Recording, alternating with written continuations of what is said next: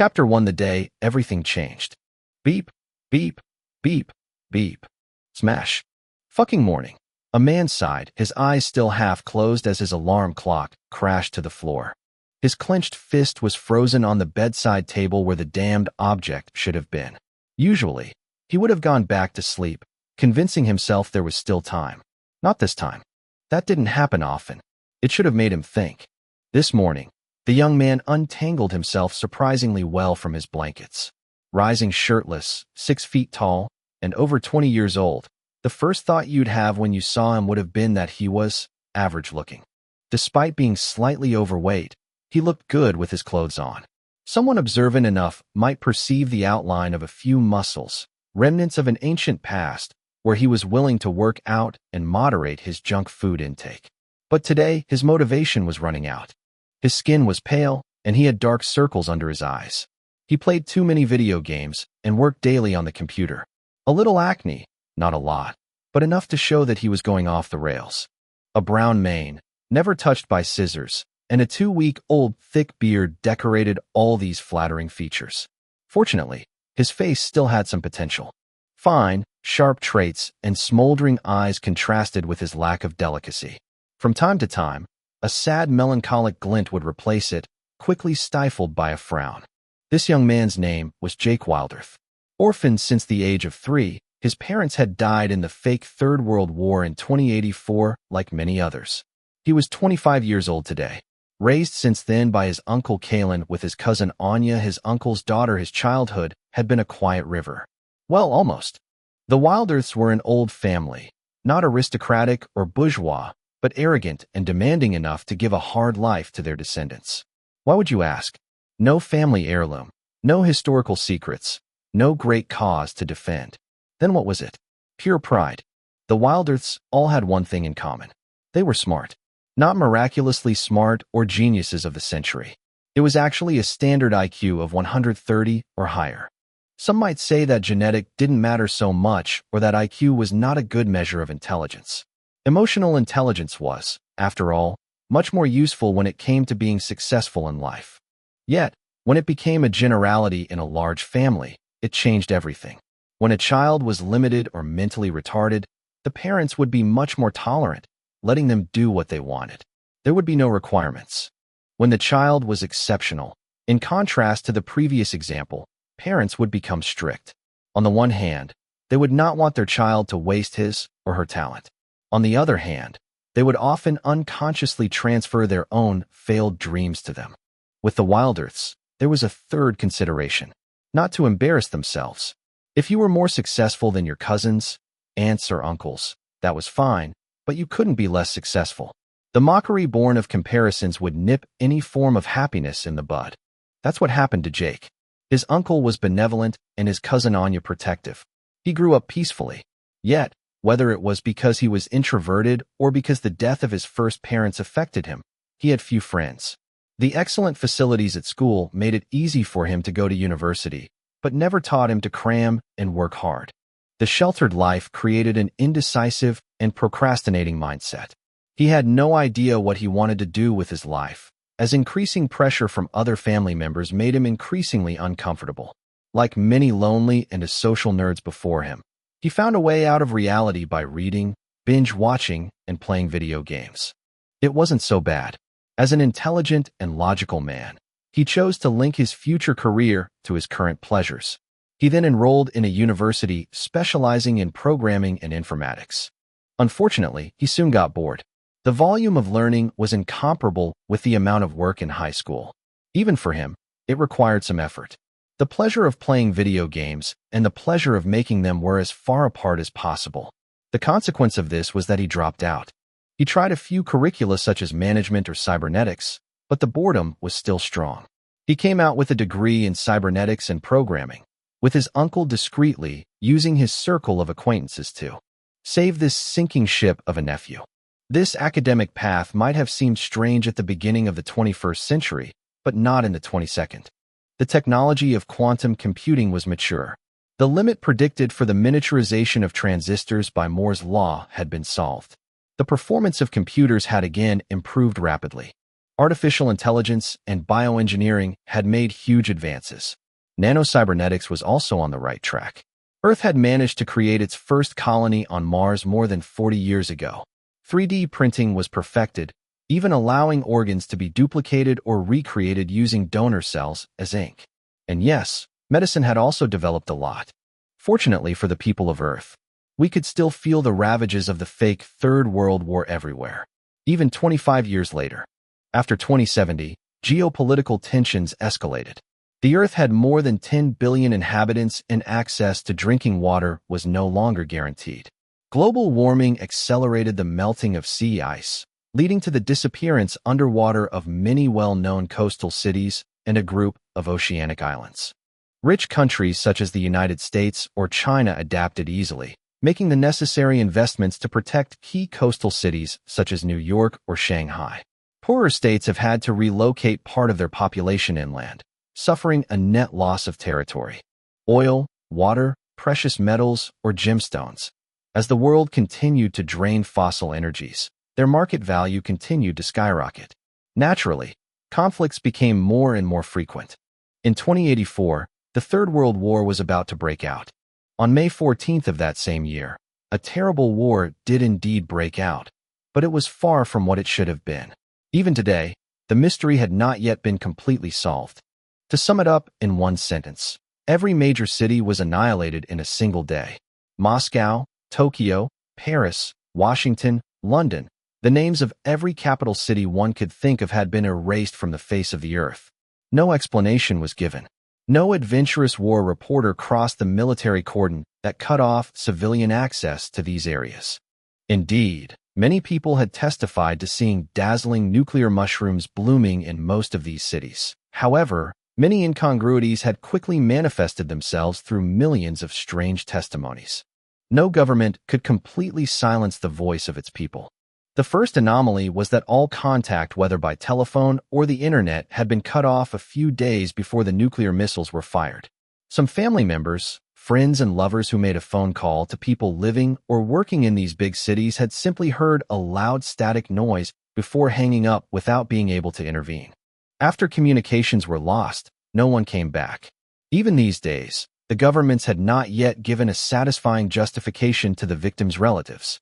Add to this the weird evidences via photos or phone videos of psychedelic rainbow light coming from these places, or the few pictures of uncanny airships. People didn't need more to speculate and go with a theory of their own. The terrorist or Third World War theories were, in fact, the less popular. The dominant one was the alien invasion, not on account of the rare peculiar ship pictures or government silence, but because an Earth government saw the light of day soon after. If you once had in your life any interest in history or politics, you then probably know that even if there was a clear loser from either side, negotiations should have taken a long time. Months if not years before agreeing for a consensus, especially in the theoretical case of a Third World War in which many countries would be involved. However, it happened. The Earth Government, or United Earth Government, created in barely 4 days, every religion and power speaking out from the same voice. Understandably, this new Earth government couldn't give no response at all either. They chose a rarely seen solution in politics: temporize. 2 years after the false Third World War, as it was called now, the stabilized government made an announcement to pacify the mobs. It was rebroadcasted so many times that Jake could recite it by heart, in spite of his young age back then. Earth citizens, what happened on the May 14th is so unprecedented that it can't be resumed in a few words. Regrettably, we can't tell you the truth of what happened right now. We are investigating at the present time, and the bit that we know is so tremendous that most people wouldn't be ready for this. In the years to come, the way we live will change, but you will put up with this.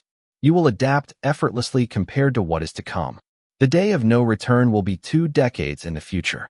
In about 20 years from now, something will happen on a very particular day. Even we can't say when it will happen exactly. We could be off from a few months to several years. But it will happen. Then our lives will not ever be the same. It was 22 years ago. They were 2 years off.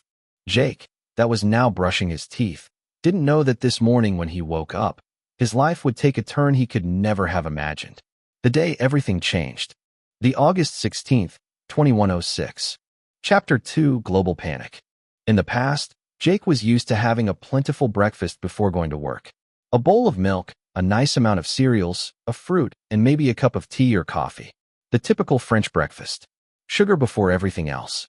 However, it was more than 5 years ago, when he was still living at his uncle's villa. At this time, he didn't have any sense of food value. He was well fed, with nothing to worry about. What Jake didn't care about in those days was that after the False Third War, when all the notorious and big cities were bombed, there had been a genuine shortage of space and manpower. More than half of every country's population had lived in these towns and capitals. Areas within tens of kilometers radius around these places became wastelands. The inland, usually less populated and normally reserved for agriculture or pasture, became the new metropolis. Capitals and other famous cities were rebuilt, taking, for the most part, their old name with a slight nuance to flag up the transition to the new era. Paris, where his parents worked and died, was resuscitated as New Paris. It was built right in the center of France, a place with originally nothing but cows. Needless to say, it took up a lot of space. Far too much, in fact. That meant less arable lands. Thus, food abundance came to an end. The good news was that depending on the concerned countries, the population was halved. That was something to rejoice about. Cough, always being optimistic. Positive attitude in all situations. It should have been fine. Less space, fewer people, the winning combo. The reality was a bit different. With fear, people copulated like rabbits. In 20 years, the average couple churned out 3 to 4 babies, sometimes 5 or more. Welfare was quite generous at first for those that lost a close relative or friend, sometimes even losing their job. The false sensation of safety during the beginning of the nuclear winter made panicked people even crazier. Demography got right back to the numbers before the false World War, but food production didn't increase as fast. As a result, all food-related stuff naturally saw its prices rising sharply. For those that couldn't afford them, vegan powder blends became their new best friend. In a desire of not discarding eating pleasure, insects were also part of these happy meal ingredients for all those that couldn't suppress their carnivorous instincts. Junk drinks and food were still affordable, though. Anyway, no breakfast for Jake. This shit twice a day was disgusting enough. Ah yes, do not forget the iodine tablet twice a day. The radiation level was still above normal. Without medicine and nanobiotics advances, cancer would have killed a good part of the survivors remaining. He soon came out in a hurry from his studio well located in the uptown of New Paris. Well, the truth was most districts were about the same. The city was new after all, and built in a short time. Other than a few exceptions, accommodations were basically all social housing within the first years. He jumped in the first cab he caught, quickly relaxing as the scenery passed by the window. The driver was like a mute, also lost in her own thoughts. A middle-aged woman with dark hair grizzled by worries and sleep deprivation. He never arrived at his working place. Just a few minutes after he got in the car, a pure white flash turned the world around him into a blinding white. A sound of screeching tire made his hair stand on end as the taxi owner dug her heels in. Jake's head banged into the front seat as the vehicle came to a standstill. Stars whirled around him, adding new dazzling colors to the flash afterimages on his retinas.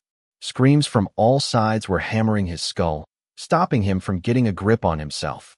Other sounds of pile-ups and car crashes didn't help to alleviate his mind. After a while, his sight came back, and with it a scene of disaster. A few people were having an epileptic seizure on the sidewalk because of the sudden burst of light. One unlucky boy got one in the middle of a crosswalk. Here was how the first pile-up had happened. Another driver panicked and went off-road, striking a few grandmothers getting out of the grocery store before embedding himself in an electric pole. No need to say, he was not the only one losing his composure. There were blood and overturned vehicles everywhere. It truly was a dreadful sight. Then, he raised his eyes, where the flash came from. They immediately popped out of their sockets as what he saw was so unbelievable that he could hardly keep himself in check. A silver metallic sphere was floating in the sky. Mysterious futuristic blue lines of light roamed over its smooth and polished surface. It was also huge, gigantic enough to cover the whole of New Paris with its shade. But even more impressive, you could catch a glimpse of an even bigger sphere far higher in the sky. If his intuition was right, It was bigger than the moon. Good heavens. It was a spaceship. A fucking alien battleship. They were reliving Independence Day movie right at this moment. Rapidly, other bystanders noticed the sphere ships. A new wave of screams and shrieks resumed with greater intensity. However, it didn't last for long. The blue lines of light quickly thickened, becoming brighter and brighter. After what seemed to be an eternity, something sprang out. Millions of bat-sized silver spheres gushed out, spreading out fast toward the ground. Toward them. People didn't need more to turn around and initiate the dash of their life.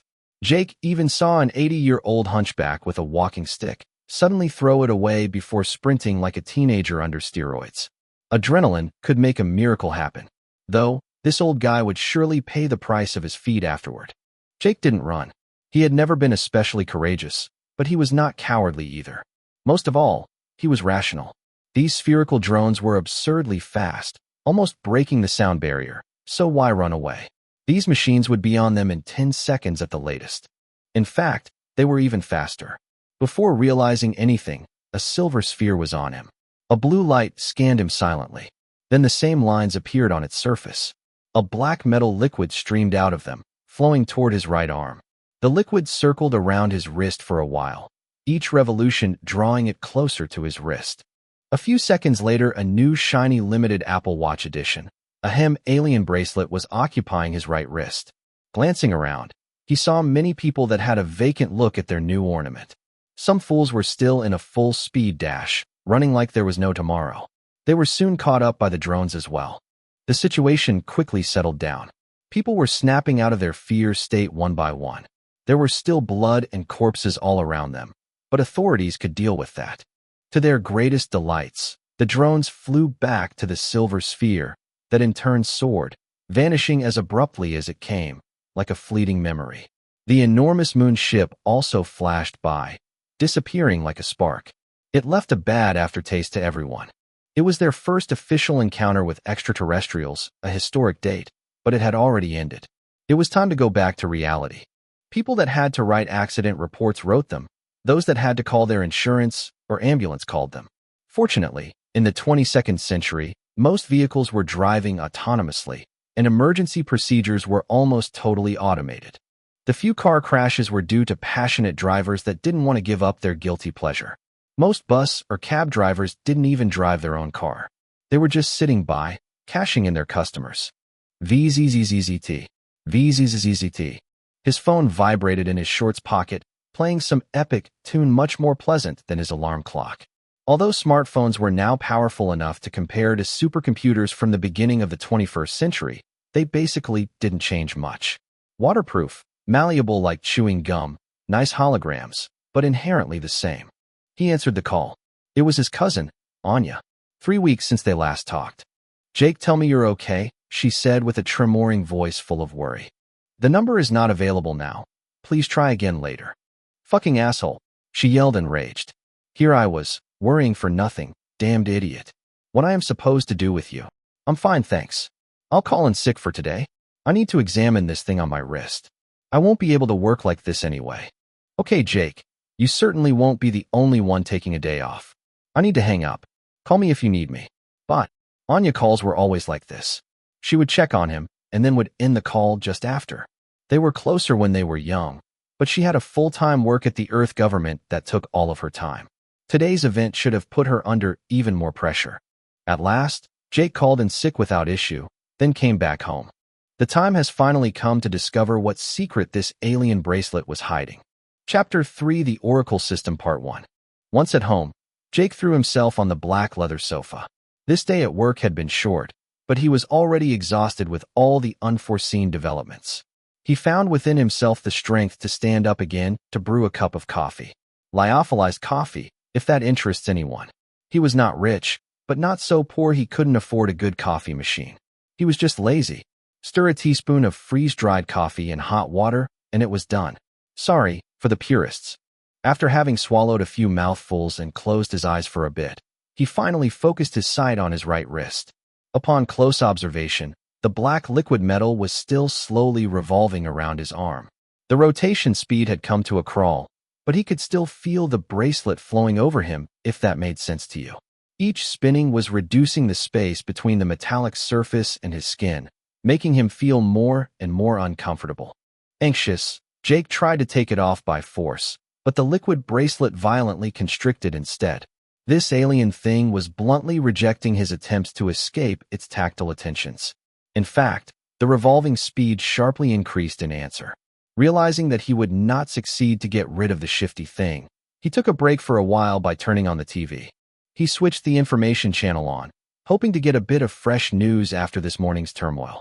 It was barely past 9 o'clock a.m., and indeed the breaking news didn't disappoint. The Earth United Government's president had already called for a press conference as a matter of urgency. The new Earth's leader was actually a 60-year-old Russian, bald like an egg. He was sweating and panting like a 300-kilogram obese running a summer marathon with a parka. The poor guy had visibly some hard time to handle the pressure. It was more an empty title right now than a real position of power, as this hot potato of leading a planet-changed country hands every year. It was one of the decisions voted when the Earth government was founded to share responsibilities and stabilize the world after the previous war. Life didn't change much after this for normal Earth citizens. The government seemed impressively united, and negotiations had gone well. The next turn would be China again, then the USA. Other rich countries could have a try to the leading role, but surprisingly no one offered their candidacy. Hopefully, the president's speech would give him some parts of the answer. Good morning, or evening, dear fellow citizens. At this moment, you should all be wearing a bracelet like the one on my right wrist, he said with a strong Russian accent, showing his forearm to the camera. Don't panic, it is perfectly normal. In fact, it is a good thing. Every living creature on this planet has now such a bracelet. It can't be removed until death, so don't lose your time in vain. In a few minutes, this device will completely synchronize with your mind and body, becoming a part of yourself forever. The government has been owning a few of these things for 22 years. I can assure you they are not a danger. They can only benefit you. Now keep your calm until the integration process ends. The panic and the casualties resulting from the earlier event are regrettable, but these devices are our future. Good luck, Earth citizens. The president then dropped the micro like a damned rock star, before running away from the mad wolves of reporters that clearly needed more answers to feed their interview. No explanations about the alien spaceship were given. Not even a word. Jake was frustrated too. The government undoubtedly knew something. They were not as panicky as them, and these alien technologies were not foreign to them. You could be sure there would be some protest marches in the days coming with all the shits that comes with it. Well, at least no work for today. Deciding that it would be a waste of his time to stress about things he couldn't control, he stared at his right wrist again, waiting for the end of this supposed integration. It felt like forever, the time slowly going by second per second. At last, a strange noise rang in his head, procuring him a strange sensation of pleasure. It was like an armless person discovering the arm he lost was in fact always there. Nothing could compare to such a joy, except maybe. No need to compare further. The bracelet had totally integrated his forearm.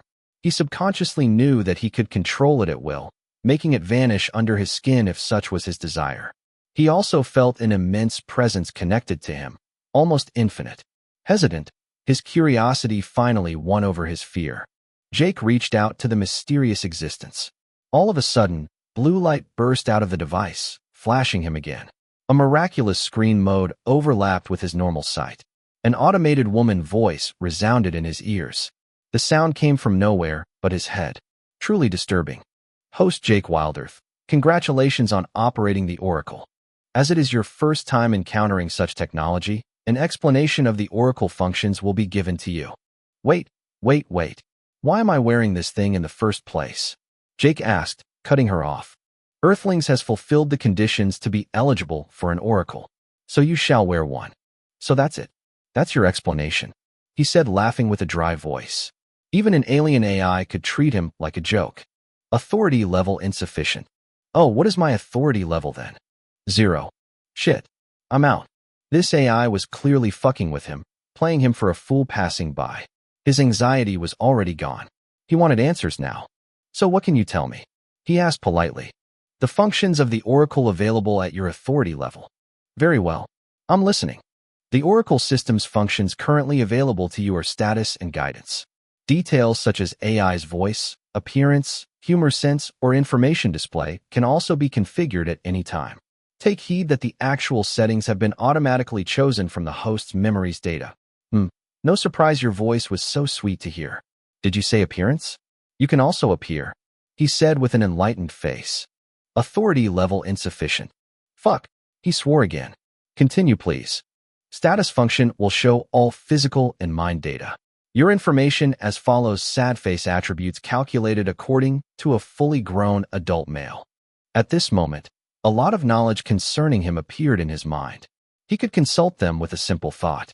Species: Homo sapiens, primitive humanoid species. Age: 25. Height: 180 centimeters. Weight: 87 kilograms. Health: healthy. You will soon be pre-diabetic. Stop this sugar. Your basic attributes are as follows. Note that all attributes are related to each other. Although the current settings show your status as a standard Earth RPG game, it should be noted that in human anatomy, high strength, for example, can't coexist with a low constitution. A high level of strength needs fitting bones and muscle density to be sustainable. Strength: 10 points. Normal male: 10 points. Strength is a compound value of different types of strength. Isometric, plyometric, eccentric, and concentric strength values from every muscle are involved in the final calculation. Two humans with the same strength value can have different muscular strength and very different builds. A world-level bodybuilder could have the same score as a world-level sprinter. The former would crush the latter in charge lifting, whereas he would have a hard time to keep up with the sprinter's speed and explosiveness. Agility: 8 points. Normal male: 10 points. Agility is a compound value of reaction speed, reflexes, coordination, balance, body control, and suppleness values. Two humans with the same agility value can have very different builds. Constitution: 9 points. Normal male: 10 points. Constitution is a compound value of stamina, toughness, body density, blood amount, and your immune system. Toughness can refer both to the hardness of your body or the one of your cells as well. It usually correlates with a higher body density and thus a higher mass as well. Vitality: 9 points. Normal male: 10 points. The natural pendant of constitution. Vitality is a compound value of cell vitality, your metabolism, and cell repair efficiency. It can be affected by your diet. Note that vitality is different from lifespan. For example, mice have a strong vitality with a very high metabolism, but they die fast. A perfect DNA repair ability could increase your lifespan limit, but on Earth, such an ability is unheard of. Intelligence: 13 points. Normal male: 10 points. Intelligence is a compound value of reaction speed, memory, ability to focus, mental strength, processing speed, visualization, creativity, and many other cognitive abilities. Note down that psychological issues wouldn't necessarily be solved by a higher intelligence and could instead be exacerbated. Perception: 10 points. Normal male: 10 points. Perception is a compound value of each body sense as follows: sight, hearing, sense of smell, taste, and touch. Other senses may exist, but are underdeveloped among Earth humans. Chapter 4: The Oracle System Part 2. Jake stayed silent for a long while after digesting such an amount of information, not because he couldn't understand these values. After all, in the 22nd century, VR technology was mature, and you could easily find a good Vermorp just by randomly choosing a game with closed eyes in the first VR game store you come across. Did we precise how Jake, the king of procrastinators, was earning his living? As the latter never arrived at work, you never figured it out. Well, he was in fact simply doing what he was best at, doing nothing. It was a bit of an exaggeration, but that was essentially true. Using his informatics and cybernetic bachelor, he managed to obtain a job in the VRGF, the Virtual Reality Games Federation. It was the reference in the matter of VR games. On these days, they were more famous than real sports, and an international competition as famous as the Olympic Games or the World Cup of football in the past was held every 2 years. Virtual reality was still far from perfect. You still had to move with your real body in real life. However, with good quality gears, you could have very immersive gaming experience. A multi-directional treadmill big enough could allow you to walk, run, even jump without feeling yourself limited by a lack of space. A fitting VR suit with captors could reproduce to a certain extent the feeling of touch. A set of cameras could triangulate your position and movements in the game combined with the VR suit feedback. If you could suspend yourself with some adapted ropes, you could even reproduce flying and acrobatics in the game. As for the graphics in the 22nd century, they were flawless. If you had to choose one flaw, that would be that it was expensive. Most lower middle class could barely afford a VR helmet, not to mention the complete equipment set. That's why a new business opportunity was soon smelled by the investors. VR game arcade rooms. Most of them, those with the best facilities, belonged to the VRGF. These places generally were composed of a few tens of fully equipped VR rooms and a VR store selling any materials you might need. The VR competitions or tournaments were also hosted in these VR centers. Indeed, cheating also existed with VR games, especially with VR games. And what Jake could say about this was that he himself was a genuine professional cheater too. No, it was not what you imagined. He truly wanted to experience VR by the rules. But even if he didn't cheat, people would continue. Take any popular battle survival FPS of the moment. The average duration game was 45 minutes. Your character could easily run 4 to 6 miles in a single game. Seen like this, modern VR games were the perfect medicine for obesity. Any fat dudes you knew playing video games all day would be beyond recognition in a few weeks. That is what allowed VR games' popularity to surge. The health and fit body enticement. By the way, you could still hear the advertising slogan, 1 hour of playing VR games a day will keep the excess weight away, on every junk food-related publicity. For a time, obesity indeed withdrew, but that was until the first cheaters' arrival. A few years later, there were more cheaters than honest gamers. Only VRGF centers were considered safe. That is why the official competitions were all held there. Cheating was, to be frank, quite simple.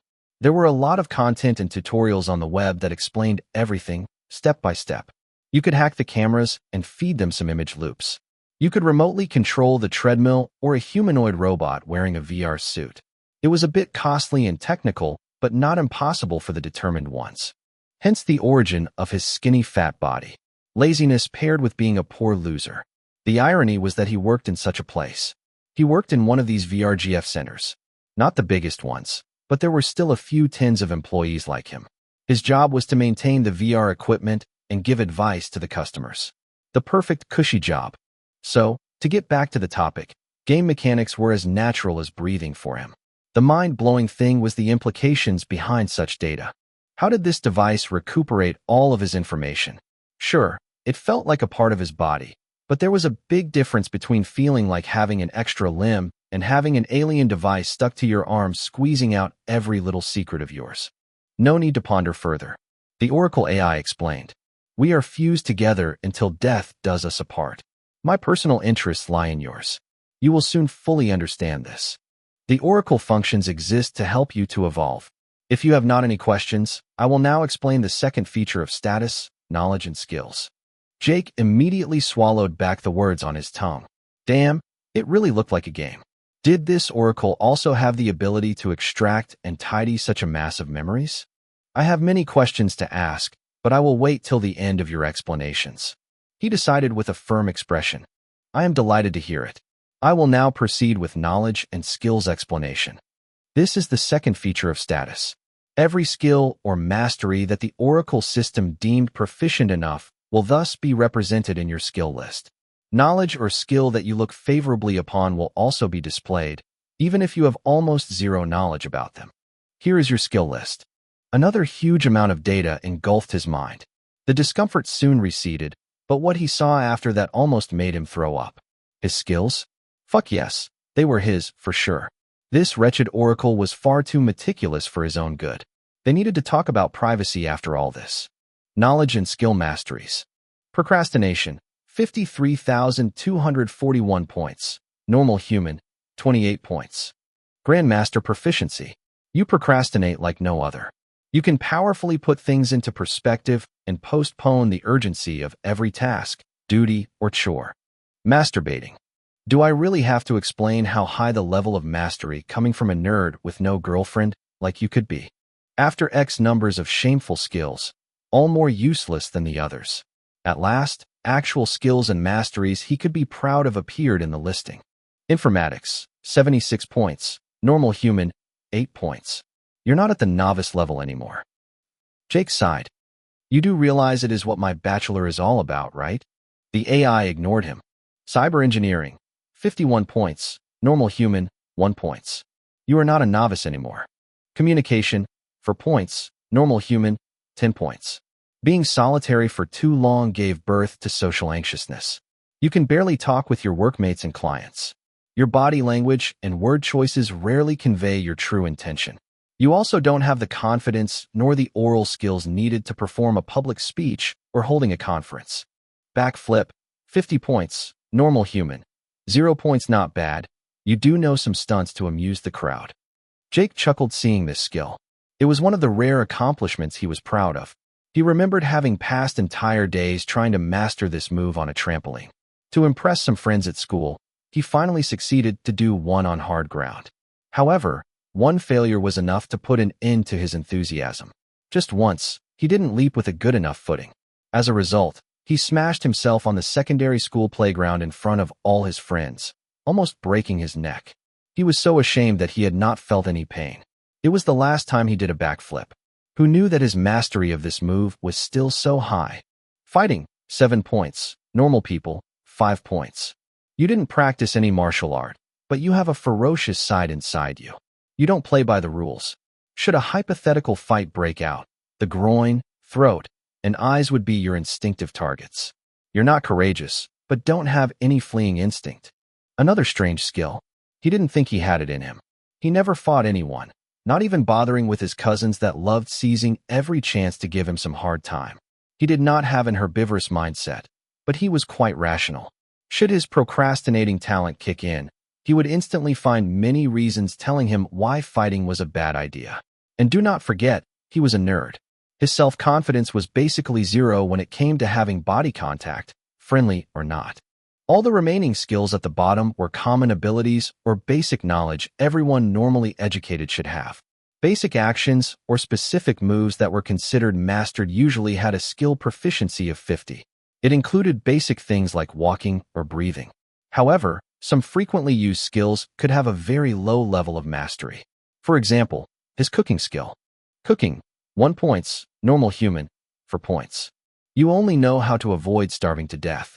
Making pasta or cooking a steak to your liking is not cooking. Or this one. Bed making, 1 point. Normal human, 5 points. Pulling up the quilts does not mean making your bed well. A well-done bed brings tidiness in your life. Success begins with a first meaningful action.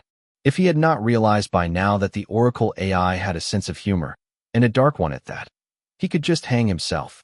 Now, he just had to learn what was the last function. Guidance. Chapter 5 Guidance. He was burning from the desire to ask so many questions, all on the tip of his tongue. But somehow he managed to hold on. He would first hear what the Oracle AI had to say about the last available device's function. If you are ready to listen to the guidance function introduction, I will now carry on. Please do so. Jake had never been so polite, not even with his hierarchical superior at work. Anyone could tell at a glance that he was a shitty actor. Here were the 4 points in communication for you. He could not fake respect even if he wanted it. He had shifty eyes, his grimace more akin to a smirk. Lucky for him, the AI didn't care. She truly seemed to have been configured to work best with him. Her voice was always soft and mellow, even though he could perceive from time to time a vague scorn. However, every time he thought that she had thrown a barb at him, she would always take a formal tone. He could almost imagine her with an innocent baby face. The psychopath kind of course. Well, he didn't dislike this setting.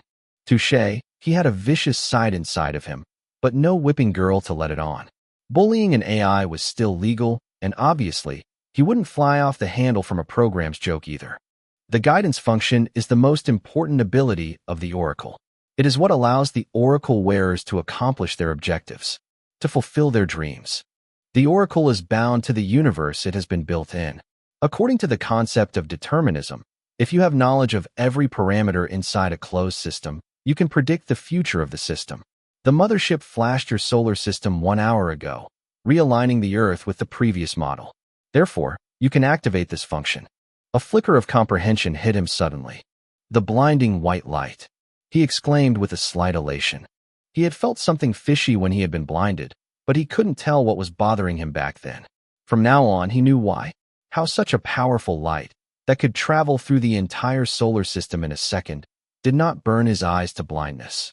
Now that he thought about it calmly, he only felt confused for less than a minute.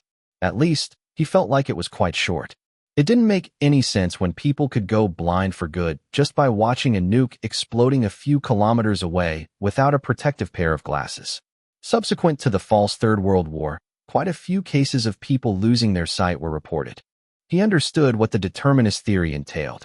But for this to work, you would need a technology able to obtain every data of the chosen space at the same time. All data included every physical particle known or unknown, every electromagnetic ray or field, along with a perfect understanding of all physical laws. If unprovable concepts like the soul needed to be understood too, an impossible feat. Moreover, their solar system was not a closed space. Any random comet or asteroid could fly in, and thus disrupting the oracle calculation. The only way it could work was if the entire Milky Way at the very least was part of their closed system. Terrifying. You have guessed right. The whole of your universe is inside the prediction domain of the oracle. Every move of matter or energy is in our grasp. Every oracle device like the one you wear is connected to a primary oracle, which is itself linked to a higher-level oracle, and so on. This way, the guidance can't be interrupted, except if authority level insufficient. Oh great. It's been a while. Jake cursed, glaring daggers to the poor AI. Can't say I missed that. I will now activate the guidance function. Only 3 features are available at your current authority level: prediction, shadow guide, and coaching. A new burst of blue light overwhelmed him. Same as when he felt like the oracle bracelet was a limb he always had. The guidance felt like a real part of him. It was like giving sight back to a blind person from birth, or seeing new colors for the first time. A marvelous epiphany. He knew straight away how the prediction and shadow guide functionalities worked. Even a 3-month-old baby could use them instinctively. Basically, what you wished for, the prediction ability would tell you the most efficient way to grant it. The more precise the wish, the more specific would be the divination. It was synced with his mind at all time, anticipating his desires and moves to show him the right path. There could be many paths depending on the specificity of his wishes, but the oracle would only show the perfect one. Nevertheless, prediction couldn't answer any questions. You couldn't ask him things like, how will be the weather tomorrow? Or what is, insert any name of your choice, doing right now? It could only predict how to best accomplish or obtain what you were yearning for at the moment. It implied an action, a movement. If you asked how to get something unreachable, you would only get silence. Despite this restriction, the predicting possibilities were broad. There was absolutely no issue to get a limpid answer when it came to wishes like, how to become the new Earth's president, or how to make my favorite celebrity fall in love with me in the shortest time.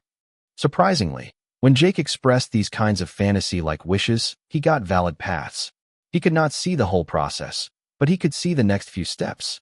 It was a precaution to protect his brain from short-circuiting and overheating.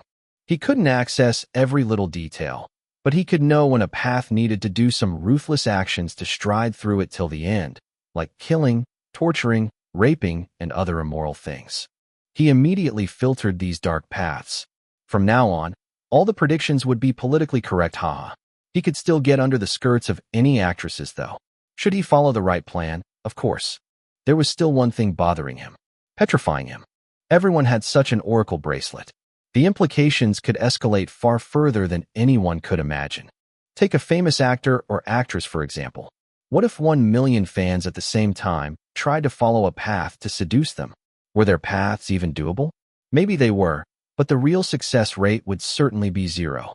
The other side of the coin was that you couldn't know when you were part of the path of someone else. You could easily become a stepping stone, or yourself fall in love thinking it was love at first sight, when in fact everything was planned. All these flowery words that made your heart beat so fast. All these compliments right on point. All these adorable attentions. Just a perfectly executed plan, step by step, following the plot line that had been written for you. You could retort that, especially if you were a pretty girl, that you wouldn't be charmed by any boy trying to get you into his setup. Sorry to bring you back to Earth, you would. If there was a path, of course. This wish-fulfilling ability had almost no limit. Even if you judged yourself as a straight heterosexual or only liked blonde skinny women, the determined one would get you if you were not cautious enough. However, do remember that it would only make the paths harder to follow. It didn't mean there wouldn't be any. Was it unfair? Or against the principle of free will? Not really. When a poor ugly introvert boy loved a girl so much that he wanted to kill himself because of the pain while she flirted with the handsome guy of the class, was it fair? Of course not. Fairness was the key word of the Oracle. You could get anything, as long as you were ready to put in the effort. If you were seduced or stepped on by any random dude, you could only curse your bad luck. After all, you had an Oracle too. You could even wish something like, how can I protect myself or avoid these predators trying to get laid? If such was your desire, the Oracle would give you a full-time path to follow in order to never meet them. The Oracle devices were all linked between them. They would adapt their paths in real time, taking account of every change. Interesting fact, the paths would always be doable for you, but the path already knew from the very start if you would effectively succeed. When they were giving the predictions, they would naturally not forget the other Oracle's predictions. Thereby, the path was always true at the prediction time, but it would naturally adjust depending on how well you could execute it. Jake could already picture in his head the waves of chaos that would engulf their worlds soon enough. Just imagine serial killers using the Oracle predicting ability to avoid the policeman's pursuit. That would be a catastrophe. So what was the Shadow Guide? Simple. Prediction was giving the plan. The Shadow Guide showed you how to follow it. It was a shadow-like version of you. It would do the movements you needed to do to complete a path just a bit before you had to do them. Sometimes a plan could be very complex, requiring very on-point body language or facial expression. In these cases, just having a prediction with the steps to follow was not enough. A guide was needed. It would perform each step of the path perfectly in front of you. Of course, only you could see him. It was like a ghost.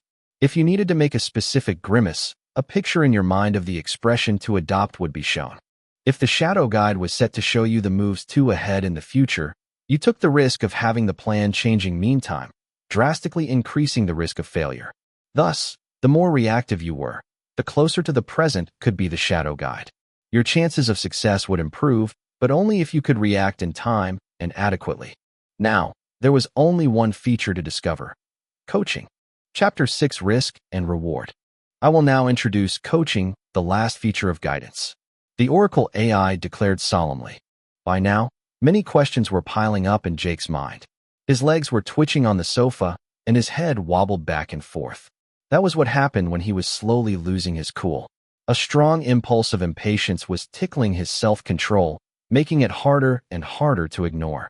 However, he knew somehow, because of their mind link perhaps, that the AI didn't want to be interrupted.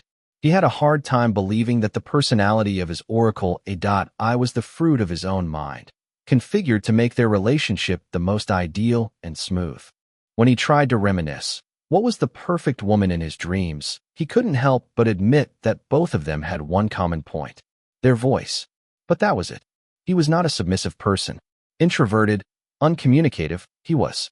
However, although he had not yet decided what kind of woman he liked, he was pretty sure he wouldn't want her to ignore him like she had already a few times. He didn't modify the AI settings, though. Maybe it was his legendary laziness that was tricking his mind. Or else, he consciously didn't know that he needed such a woman around him. That was even creepier, understood this way. In this case, it would mean that he had absolutely no secret garden to protect his most shameful secrets. Coaching is one of the most useful functions of the Oracle. It will accompany you for every decision you take. Every opportunity, every chance, the coach will help you to weigh the pros and cons. It can be turned on or off at will, but do accept that it can't be totally deactivated.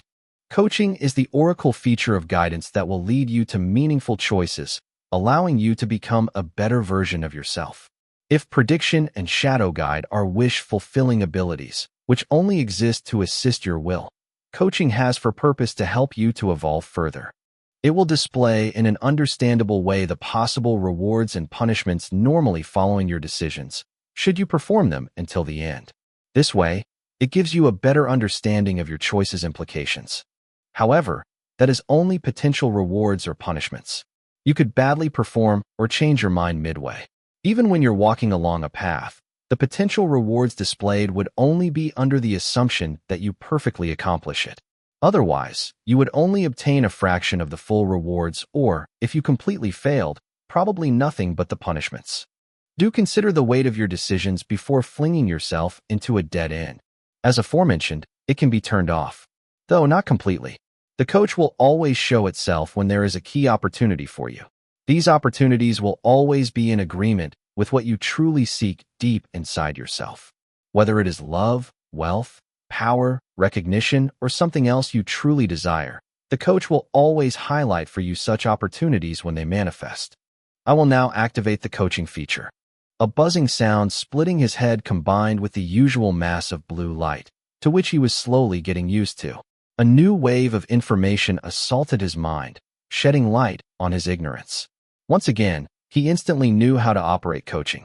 With a thought, he turned on the coach. Nothing happened. However, it did not mean that nothing changed. He tried the same predictions as before, like how to seduce an actress of his choice in the shortest time. He chose one from an A-list, Sarah Olson. Not a woman to his taste, but an unreachable one. The typical 40-ish-year-old famous actress, with a successful career, a loving husband, and 3 children. Logically, an impossible feat, but prediction still worked. The path still existed, though there was now the coach's pinch of salt complementing the latter. Rewards. Seducing Sarah Olson. Communication skill plus 24.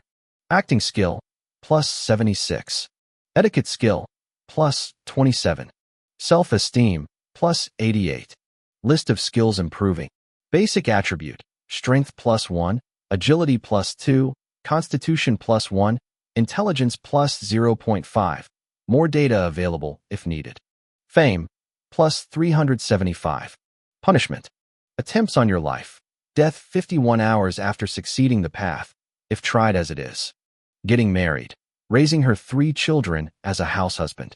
Quarrels and divorce as soon as you stop following the path. Infamy.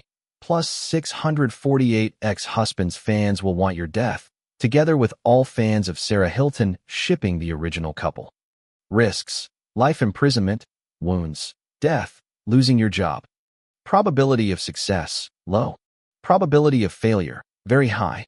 He took a deep breath. He was already sweating profusely, shivers up his spine when he got to the punishment part. If he was to blindly throw himself into this path, he could as well shoot himself a bullet in the head right now. The result would be the same. He promised himself to never turn off the coaching ability. He liked having the chills from time to time, but he would never play with his life. As an optimistic person, Jake would rather focus on the rewards. It really looks like a game. He couldn't help thinking the Oracle device had enticing game mechanics. The only difference was that these rewards were not quest rewards, but the logical consequences of walking through a path until the very end. There was no checkpoint or difficulty level. He couldn't know all the steps from a path, but the coach was giving him some clues. The first clue was his skills and basic attributes improvement. It was telling him that this path would take quite a long time to finish. From the first steps that he could already see, he would have to follow harsh training to get a physique to the taste of Miss Hilton. Simultaneously, he would have to take some acting lessons at the theater and learning quite a few things. At the very least, he would need a few months.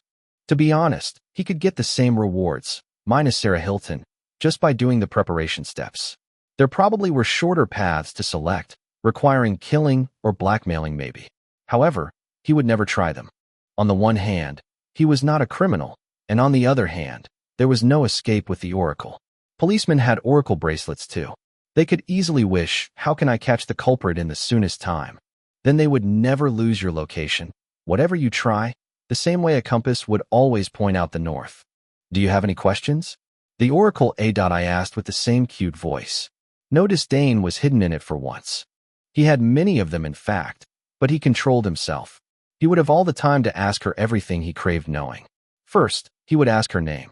He could not call her Oracle AI forever. That would be awkward. My name is She. She answered gravely, as if her name had a deep meaning for her. Damn, it was supposed to be a simple AI? My ass. Configured to be best suited for him? It was a real person. He was doubting it before, but the name confirmed it. Not even in his wildest fantasies had he dreamt of such a short foreign name. Nice to meet you, she. Any surname. Just she. I see where you are coming, so I will spare you wasting your time. Your authority level is insufficient. Us, AI, are all interchangeable pawns. As authentic as I can seem, my actions are restricted by the Oracle. You are always saying that my authority level is insufficient. Then how can I raise it? That was the answer he was burning for. By making good use of the Oracle. The coach will show you the way if you know how to interpret his advice. Become a better version of yourself. That is the only way to figure out what lies beyond your small world. If you perform repeatedly above your normal self, eventually your authority level will be promoted. Jake got goosebumps for a long time after she final declaration.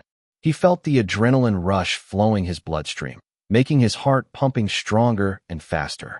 If you were proactive, confident, and successful in life, you couldn't understand how a disillusioned introvert with a high IQ felt on a day-to-day basis. He was too perfectionist, too scared of being rejected or failing anything he could undertake.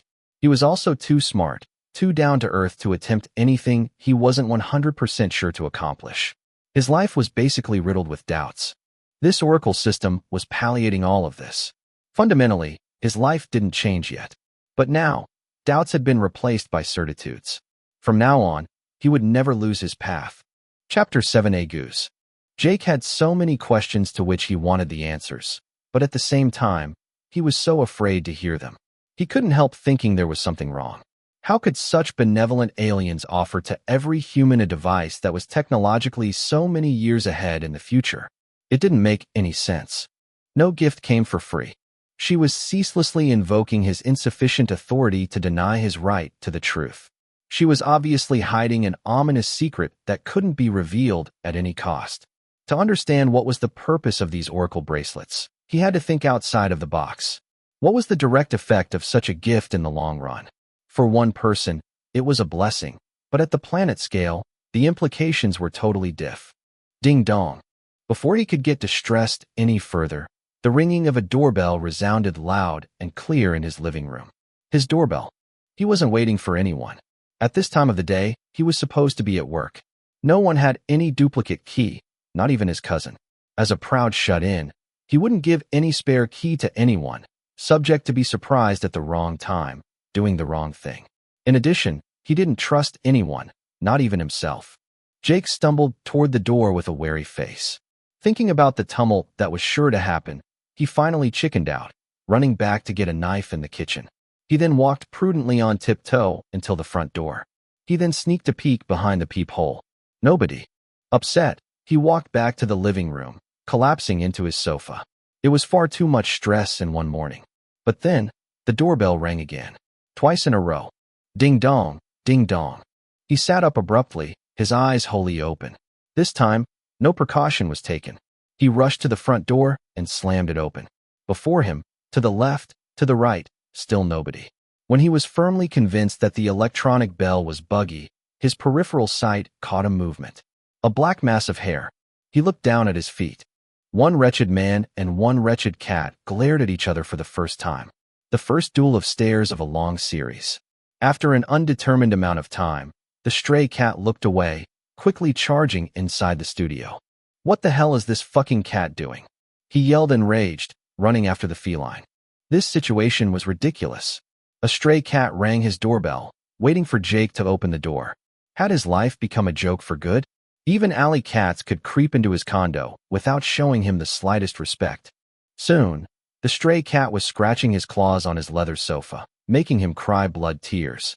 SHHHH, get the fuck out of here. He screamed at the cat, stomping and making noise in order to stimulate his fleeing instincts.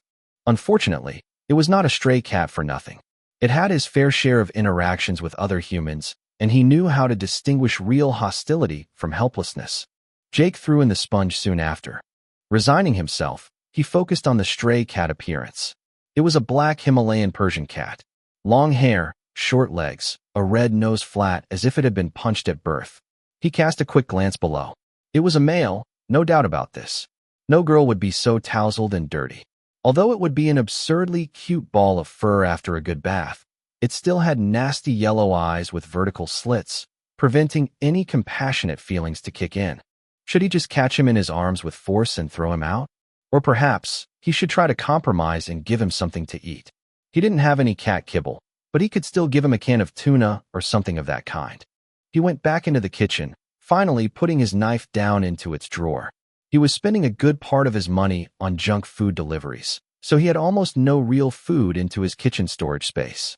Even so, he still found a few cans of tuna at the bottom of one of the cupboards. He opened it, poured the content into a small plate, and filled a bowl with water. He then set them down on the floor, just beside the front door. The perfect plan. The black ball of fur was already licking his lips when he uncapped the can of tuna. At last, when his long-awaited meal touched the floor, it galloped with his short paws toward the food. Staring at the cat engulfing the food as if there was no tomorrow, he finally relaxed. He had noticed the little black ring at his front right leg. An oracle device. He reminisced the Earth President's speech an hour ago. He had mentioned every living being when talking about the oracle bracelet. It was not a mistake. While the cat was devouring his meal, doing unexplainable crunching noises. Nothing crispy in tuna, Jake interrogated she. How does the oracle work for animals? He asked with a puzzled expression. You can't expect them to read the status screen, right? It is very simple. She answered with a steady voice. Even for you, whether it is status, prediction, shadow guide, or coaching, they are always displayed in the most understandable way. A logical math-oriented person will see numbers or percentage. A younger child would read or hear simple words instead, like good or very good. A baby would have a feeling instead of a value, but some functions would be locked to avoid him to fry his brain. Animals with low intelligence enter in the same category as human babies. Depending on their privileged way to communicate, it will use pictures, smells, or intents to point out the right direction or solution to them. However, most animals will make very limited use of their oracle. Cats, for example, often see new cats as enemies or mating partners. They officially don't succeed the mirror test that consists to recognize yourself in the mirror. As a result, they won't accept the shadow guide help and would hiss or attack it. For them, this fetch is just another cat that doesn't have anything in common with them.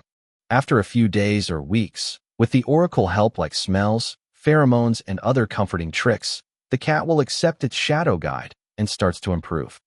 This black cat is an exception. Jake, that was listening to she while watching the stray cat eating, frowned after hearing her. Pets were not as popular as before since the False Third War. Cat and dog's kibble were almost as expensive as meat. In a world where most people couldn't even afford to buy any of them, it had become a luxury. Otherwise, how could a Persian cat barely survive in the streets? You mean he had used the oracle to find my home because he was hungry? He asked with an undisguised surprise. Certainly. If not, that would be a genius cat. Though, considering he came just a little time after you all received your oracle device, it is unlikely. Can you have access to his oracle data? I can, but with your authority level, you will have to put your bracelets in contact. All right, let's try this while he is busy having his fill, he said excitedly. Jake walked with caution toward the cat for nothing, as he was royally ignored. He easily made contact with his right front paw black ring, linking their oracles in a blink. Species, Himalayan Persian cat. Age, 2 years. Weight, 4.5 kilograms. The black cat had negligible basic attributes and was underfed. He had a few skills fitting of a cat like clawing, hissing, meowing, self-cleaning, purring, and other typical cat's habits. He was also good at digging and swimming. Not the typical skill set you would expect from an interior pet. After a while, the stray cat had licked clean his plate of tuna and had now a sad look that was saying he would not have refused a little extra. However, it was time for him to live. Jake had neither the time nor the means to keep him. Even if he had a bachelor after the false world or the salaries were low.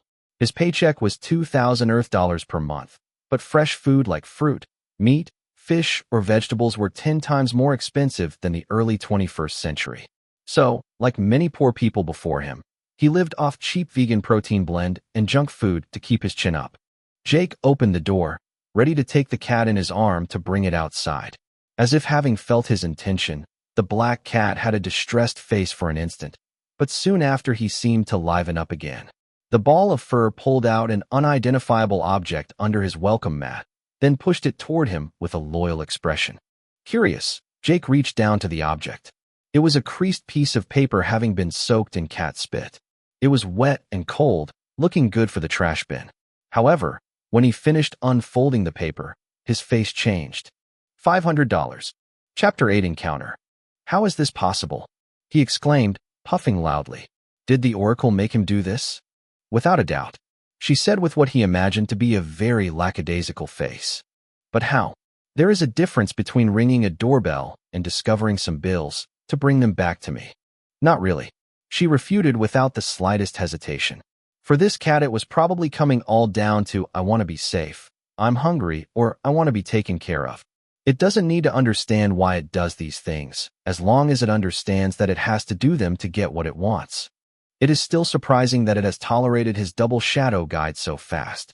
Lions learn quite fast when they're imitating another one, but they naturally form prides with up to 20 lioness and cubs. They work as a social group.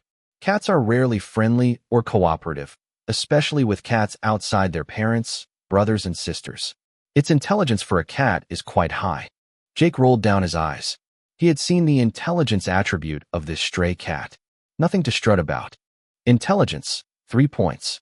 Compared to a human, he would probably be considered as deeply retarded. You are wrong. She refuted him again. Cat and human brains have a different structure.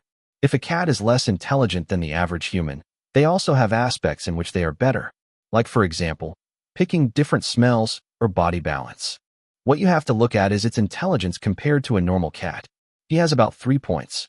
According to my data, the average cat has only 2. Do I have to explain to you the difference between a human with 100 IQ and another with 150? Thanks, but no thanks. He grunted, not enjoying the whiplash of sarcasm. Indeed, viewed from this perspective, this cat was one hell of a genius. You could probably teach him quite a few circus tricks even before the Oracle device's appearance. Anyway, he earned $500 today. All his previous anxiety was gone, replaced by blissful joy. He finally felt moved by this black cat. All right, you can stay here for the time being.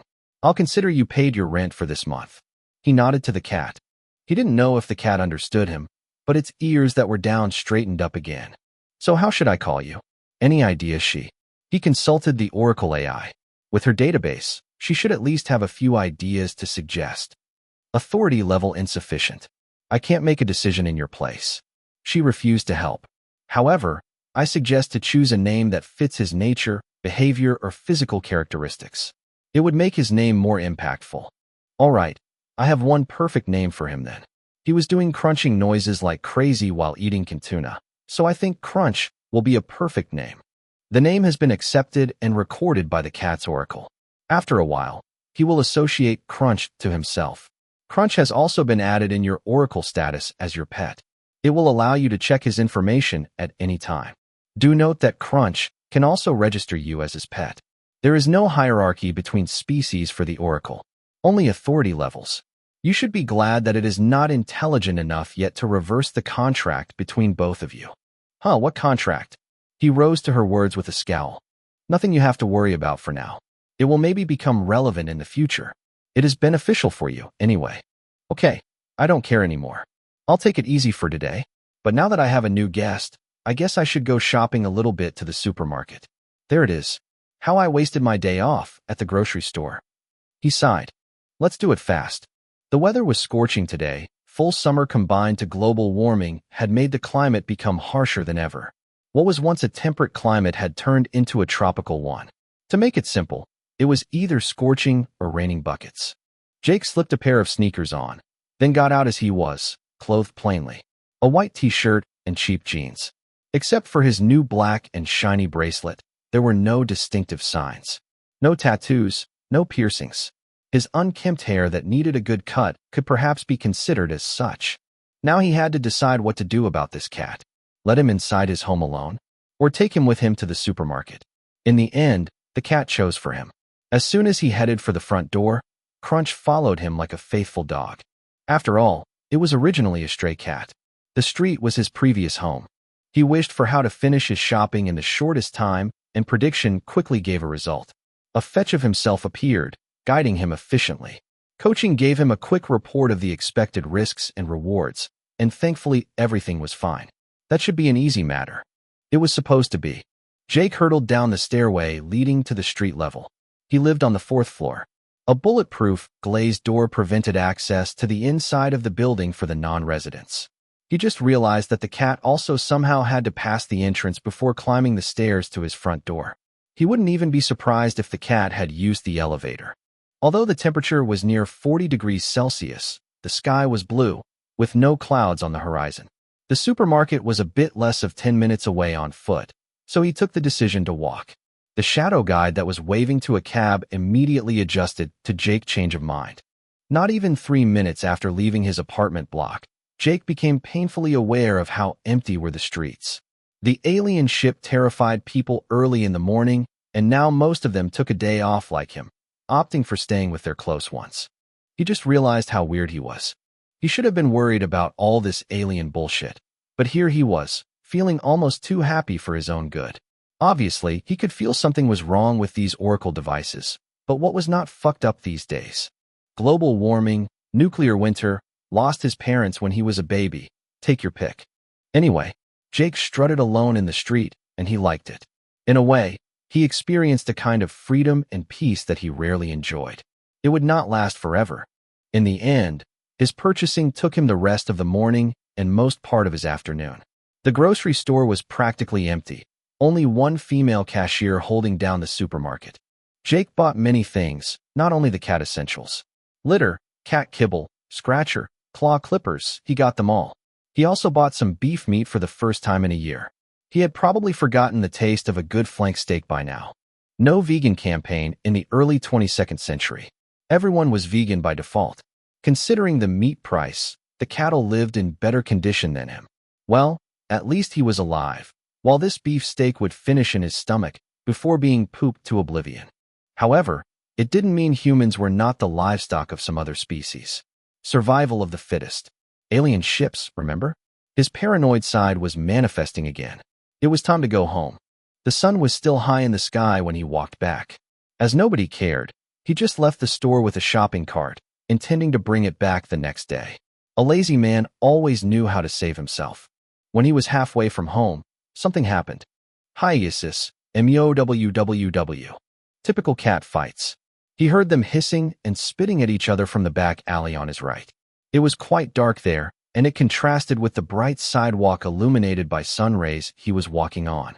This good Crunch should have been one of these proud cats fucking around undefeated, as despite his short legs, he was surprisingly exempt from scars.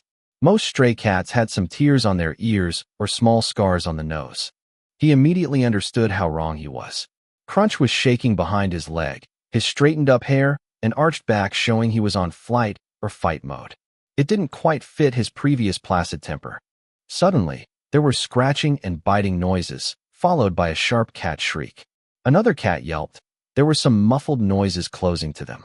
A few seconds later, a horrifying sight froze his blood. One Siamese alley cat came out of the darkness covered in blood. It was crawling, missing both of its hind legs and an eye. It didn't make even 1 meter outside the dark alley, before falling dead on the ground a few meters in front of him. Then something even worse happened. The dead cat was dragged back inside and devoured, letting both him and his new cat partner frozen under the summer sun. And what was the monster that did this? A mouse. Just a little mouse. Chapter 9 Eureka. Even a long time after they came back home, both Jake and Crunch were still shaking.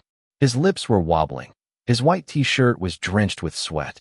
His face was bloodless, his hands cold in spite of the scorching temperature.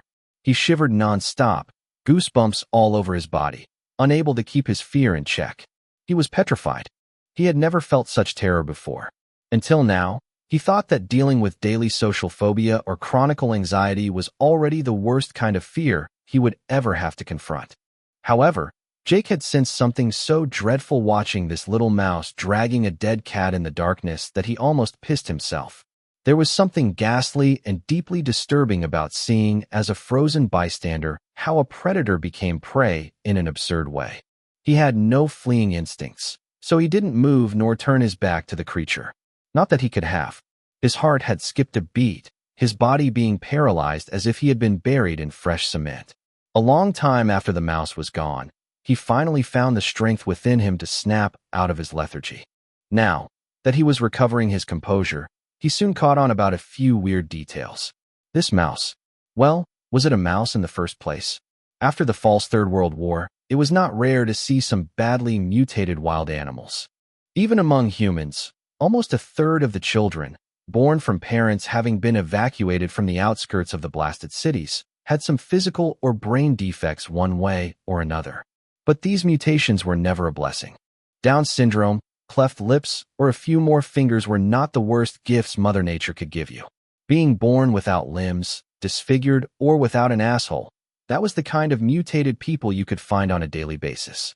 It was even truer in poor districts and barren lands closest to the wastelands. It was the first time he saw a mutated animal that was so many times scarier than his defenseless and weak rodent friends. With the sun contrast, he barely had a glimpse of the mouse features. The creature seemed quite pale, almost translucent, his veins and arteries fully visible under its skin. Its claws were strangely thick and sharp for a tiny mammal like this one. The texture was like polished steel, clicking on the ground as it dragged the limbless cat, the tail in his jaw. Yet, he didn't see much. The mouse was absurdly fast and strong, but not conceited enough to reveal itself under the sunlight. Its deepest instincts were still those of a mouse. Though, he did notice one abnormal thing. In fact, it was something that would have been perfectly normal even the day before. The mouse didn't wear any oracle bracelet. Why does this mouse didn't have any oracle device? It puzzles me. Have you not said before that every creature big enough had one? Why would cats be included and not rodents? Consulting database. All Earth's mammals are part of the Oracle Project. Rodents are no exception, she declared with an apathetic voice. Jake frowned. It was not the answer he expected. You have access to my memories, right? Then check for me this mouse from a quarter ago. Anomaly detected. A report has been sent to the Oracle Overseer. Awaiting a response. Response received. Jake could tell something was wrong with this latency, but still waited patiently. No anomaly detected, she finally said with an indifferent tone. What the hell?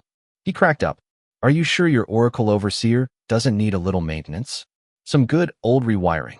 Your memories have been analyzed by one Oracle Overseer, whose authority level is much higher than mine. He concluded that the hind legs were inside the darkness and too blurry to validate the authenticity of your proof. You're hiding something, right? Authority level insufficient. Can you lie? He asked a pretty stupid question. If she could, her answer too could be a lie. But he still tried. Her subtle silences proved that the oracle that I was trying to convey a hidden meaning to him, circumventing the oracle's rules. I can't lie directly, she hinted softly. Jake immediately understood what she meant. Basically, her silences were gold. They could dissimulate a hidden truth or mislead him. For example, he noticed that the Oracle Overseer didn't confirm the proof coming from his memories, but she never said he was wrong. An anxiety attack was coming. He decided to psych himself up by emptying the shopping cart, putting away all his purchases at the right place. He put down the cat litter in the restroom, then tidied the food in the fridge, adequate drawers and cupboards. Jake also turned on the TV, switching to the news channel again, so that he could have a little bit of noise in the background.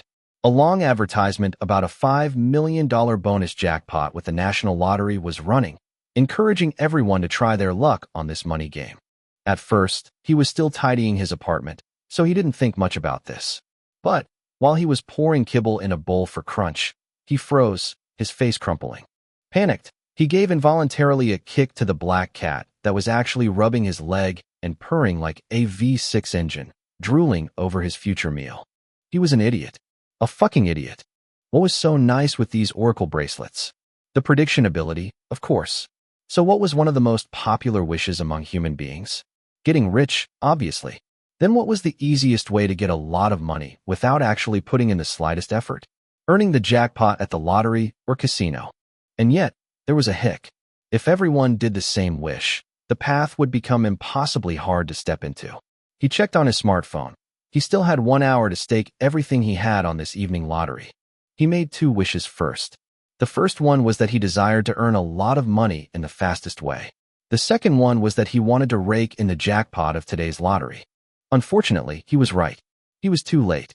Many people probably had the same idea as him and bet everything in their possession on the winning draw of the lottery, as the shadow guide pointed the lottery numbers in order. This evening, thousands of people at the very least would earn the winning prize. Divided between them, it wouldn't amount to much. Nonetheless, the future of his bank account was not so bleak. He had still reacted quite fast and was, lucky for him, a little bit more educated and smart than the average person. The path from his first wish, despite how unclear it was, assured him to earn more than by betting stupidly on the lottery. Jake expressed a few more wishes, varying the duration and the amount of money each time. There was a way to earn 9 times his stake by investing in the stock market. His savings were just a few $1,000s, but he could borrow to his uncle and cousin. He never dared to ask for money to his Uncle Kalen, even less so Anya. He already had an inferiority complex for having wasted his family's expectations, so demanding some money would be the same as admitting they were right. When he left his uncle's home, it was to show them that he could succeed alone, but also and most of all to avoid their judgmental stares. This time, the situation was different. He had a real plan. He just had to follow the Oracle path, step by step, and he would be fine. Coaching ability acknowledged that this plan was risk-proof. All lights were green. He took out his smartphone, selected his uncle number, and launched the call that he didn't use for months. A few seconds later, the tired voice of his uncle resounded in his living room. "Jake, it is quite a surprise to see you call me. What happened? You got dumped, right?" "Fuck, why would I even need to call you if I was dumped?" His bad temper flared instantly. His uncle was as bad-mouthed as he remembered. "Haha. All right, why did you call me then? Do you miss me?" Kalen joked, puffing on a cigar he got from somewhere only he knew. It was not easy to get cigarettes in the 22nd century, not to mention cigars. To motivate people to quit smoking, the price of a cigarette pack had kept rising up years after years until becoming a luxury good. It was still longed for by low-class citizens, but they couldn't afford it often. "I need money." He said the truth. He knew his uncle hated wasting time. After a long and upsetting silence, the talk finally took the turn he desired. "How much do you need, boy?" Kalen inquired seriously. "How much can you lend me? I need them right now." Look at your bank account in 10 minutes. See you soon, Jake. Take care. Bye, uncle, and thanks. You won't regret it." Jake promised. "I know." He hung up. At last, the time had come to earn some easy money. Chapter 10. Good night. Jake waited stoically for the 10 minutes to pass. A point of impatience was slowly building up inside him, but he still kept his cool. When the time was up, he hurried to check his bank account with his smartphone. Great. From $3,200 or something at first, he had now more than $40,000. Uncle Kalen was quite reliable. That was one of the good aspects of the 22nd century. Money in cash had very limited use. As above a few $100s, you had to justify the origin when making a cash deposit. This law nipped any chance in the bud to fiddle your taxes or use easily laundered money. On these days, most transactions were now done by credit cards. The advantage was that it was fast and simple. As long as your checking account was healthy and you, as a customer, trustworthy enough, you could basically make a transfer of any amount in your possession instantly. By following the shadow guide, he should now call his cousin Anya, but he knew that she was not as wealthy as his uncle. She would only lend him a few thousand, and compared to his fortune now, it was insignificant. Henceforth, it was time to execute the plan. It was the most anticlimactic thing he had ever done. He was so eager with the idea of multiplying the former sum of money that he had imagined himself like an awesome trader. The reality was boring. Investing in stock markets could be done from his smartphone, and that is what he did. Imitating his shadow guide, he blindly clicked on a random obscure startup, and that was it. The path was still activated. The coach didn't give any length when it came to walking through a path until the very end. He only knew he would earn in a short time close to $400,000. Naturally, it was a one-time occasion. Owing to the appearance of Oracle devices, the stock market would crash soon. Well, it wouldn't really crash, but it would become really uneventful. No speculations, risked investments, or shady deals to manipulate the market. There was nothing to speculate about. Whatever an immoral businessman would try to influence the exchange rates or the stocks was deemed to fail. With the Oracle, except for a few retards, no one would fall to any dubious schemes. Same story for casinos. Slot machines should have been the easiest and funniest way to earn a large sum of cash in a night. But most casino owners were ruthless businessmen themselves. A breaking news already announced that almost 90% of these establishments had closed down. They were already looking for a way to rewire their slot machines to trick the prediction ability. Well, they could keep dreaming. If this alien technology was so easily countered, humans would have invented it themselves. Nonetheless, there was still the possibility such a path existed, allowing these millionaires to adapt their random-based money games to the new trend. Their motto would always be to keep milking a cash cow until there's nothing left. In the end, exhausted with everything that happened this day, Jake overcooked his steak. A bitter tear dropped while he was chewing a chunk of meat tough as old boots. Comparatively, Crunch was enjoying his new life. The cat joyfully engulfed his kibble, crunching noises breaking the silence nonstop. He brushed his teeth, then directly went to bed. It was still early, but he needed this sleep to digest all these new things. The day after would be his first day of work with the Oracle bracelet. It was quite hard at first to relax, as he had a very clear impression of being watched. She's eyes were always on him. When he finally started to lose his consciousness, happily counting sheep, a thought came up that brought him right back from his dreamland. She? You're sleeping. He probed like an idiot, already knowing the answer. He didn't have any good opener to break the ice anyway. There was no answer, but somehow he felt an almost tangible contempt arising from his Oracle device. I am an AI. I don't need sleep. Of course you don't. Can you get bored? How do you keep yourselves busy? He asked curiously. Authority level insufficient. Whatever. I'm used about something. No one can see my Oracle system nor my paths, right? That is true. For everyone else, you will look the same, but with a new black shiny bracelet to your right wrist. If you decide it, you can even dissimulate it under your skin, thus appearing perfectly normal. Is it why the Oracle Overseer denied the possibility of this mouse not having an Oracle device? He suddenly remembered that the bracelet could indeed have been invisible under the mouse fur, even though the latter's skin was quite translucent, so it was unlikely. A low-intelligence mammal would never be able to consciously hide their Oracle device. Only animals with a highly evolved brain would have a remote chance to accomplish such a feat. Giant octopus and sperm whales can definitely do it. Some apes, dolphins, whales, elephants too. Maybe a few parrots or crows, but certainly not a mouse. In comparison, a rat has a better chance to succeed. She was basically admitting that there was something wrong with this rodent. Anyway, he didn't intend to have a nightmare tonight. So where were we? Ah yes, seeing the paths. Is there a way to know when someone's actions are guided by the shadow guide? He wondered, spontaneously thinking of a few ways. There is only one sure way. Put your Oracle device in contact with the suspect's bracelet. But the Oracle AI or the owner can refuse you the access to his system if your authority level is insufficient. Wait. Jake became agitated hearing this.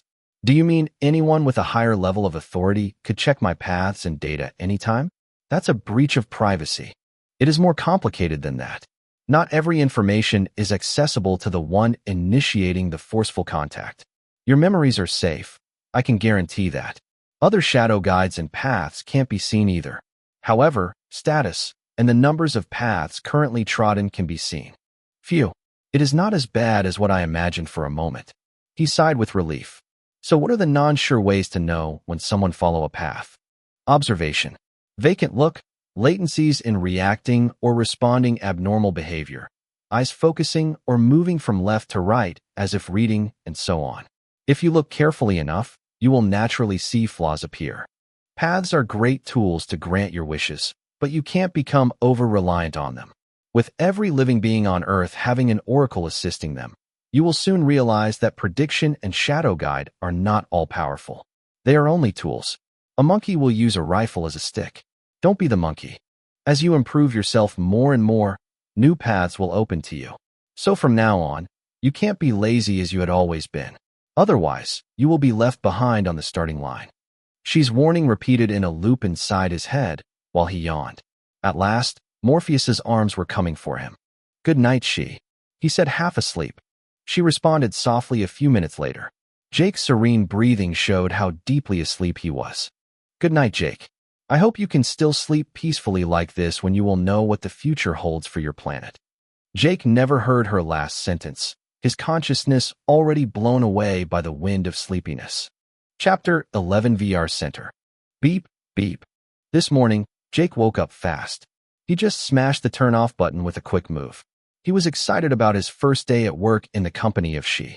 His job was rather boring, but he could talk to She with his mind, or pass his time formulating some wishes. It would also allow him to figure out the limits of the Oracle bracelet. Yawning, he went to the restroom, to lose some excess weight. When he sat down on the icy throne, his buttocks met a silky like black fur instead of the supposed to be toilet seat. Hiss. He jumped so high that he almost knocked himself into the ceiling. Fuck, he cursed, the few remnants of his sleepiness totally gone. What is this dumb cat doing? Crunch don't drink the water inside the toilet. I don't think Crunch drank any water. According to my data, he was excreting. Thanks, Sherlock, I can smell that. He retorted aggressively. But my question is, why the hell is he doing that? Have I not bought for him a litter yesterday especially because cats don't do this? You are right. She confirmed with the same apathetic tone. But what is the most convenient for you? Having to clean up his litter every day with the stench that comes with it, or having a cat able to use the toilet? The sharp response Jake had in mind remained stuck between his teeth. Indeed, what was the most practical for him? With a procrastinator like him, the answer was obvious. If this cat could use the restroom, why should he stop him? Hell, other people with cats would even be jealous of him. Then, what did it mean? Whether it was the $500 or this cat using the toilet in order to make his life easier, it all followed a path. From what he deduced, this cat probably had a fear of being rejected and wanted to be loved. As a result, one of his paths should have been adjusting his behavior so that he would seem so much more pleasant for his new owner. These Oracle devices were incredible. Professional tamers must be so depressed right now, seeing some alien pieces of junk doing a better job at training animals than themselves. Well, tamers too had an Oracle bracelet right now, so it was not all bad. Jake patiently waited outside that Crunch finished his little private matter. Speechless, he heard after a while the loud toilet flush, followed soon after by a leisurely black cat strutting out of the restroom with a cocky gait. Hail the Oracle! 20 minutes later, he was showered and dressed. He was wearing a black t-shirt this time, brown slacks, and the same white pair of sneakers. He decided to dissimulate his bracelet. This way no one could initiate contact with his Oracle device against his will. It was not perfect, but it was reassuring for him. The news channel confirmed what he already expected. The lottery's jackpot of the day before had been shared between more than 100,000 people. From a $5 million reward, it had become less than $50. Better than nothing, but insignificant compared to the original sum. Casinos, betting establishments were almost all closed down by now. The stock market had begun to stabilize. Policemen made a big catch, arresting tens of serial killers, rapists, and burglars that had spread terror for years, but whose shadows couldn't even be seen. Simultaneously, many crimes happened. One famous woman singer had been charged by a giant crowd of fanatic fans while she was having a secret date with her boyfriend. They were disguised and shouldn't have been recognized, but all these fans were waiting for them at their supposed-to-be secret meeting place. In the end, she had been jostled so much by the hard fan army that they were now treated by a psychologist specialized in post-traumatic stress disorder. The woman singer even canceled her upcoming tour, henceforth shivering just by hearing the words crowds and fans. Comparatively, one random university student succeeded to get a date with an idol from her favorite boy band. Another criminal on the run that had already been locked by his pursuers had miraculously vanished after a high-speed car chase that seemed right out of a video game. Some animals escaped from zoos or circus or had unusual behavior like Crunch. It must also be mentioned that a wave of suicides had also stroked most cities of Earth. New sects were also rising up from nowhere, multiplying like cockroaches. Well, nothing to worry about. He was still as asocial as ever, hating his work, but at least he had his Oracle bracelet to face the coming trials. This time, Jake let the black cat at home. Cautious, he even took his spare key with him. He was afraid of Crunch suddenly desiring to breathe some fresh air and following a path that would show him how to open a locked door. Unlikely, sure, but hey, better safe than sorry. Once outside his building, he waved his hand to the first cab he saw. Fortunately for him, this one was empty. The taxi driver was a moribund middle-aged man with oily gray hair and mustache. The man was not talkative, possibly lacking sleep. It was quite reasonable with all the unforeseen developments from yesterday. Streets were once again lively, but still not as crowded as before. Some people dealt with alien gifts more easily than others. During the ride, he scrutinized bystanders out the window, trying to figure out which ones were moving along their shadow guide. It was harder than expected. Some people effectively had a vacant look, but they could also be simply lost in their thoughts. There were also those that stopped abruptly in the middle of a movement. These ones were obvious to distinguish. All the others in between were either not following a path or far subtler than his observation skills could manage. 20 minutes later, Jake got out of the vehicle after having paid his bill. Taxis were affordable for most people in the 22nd century as they ran on electricity and were mostly autonomous.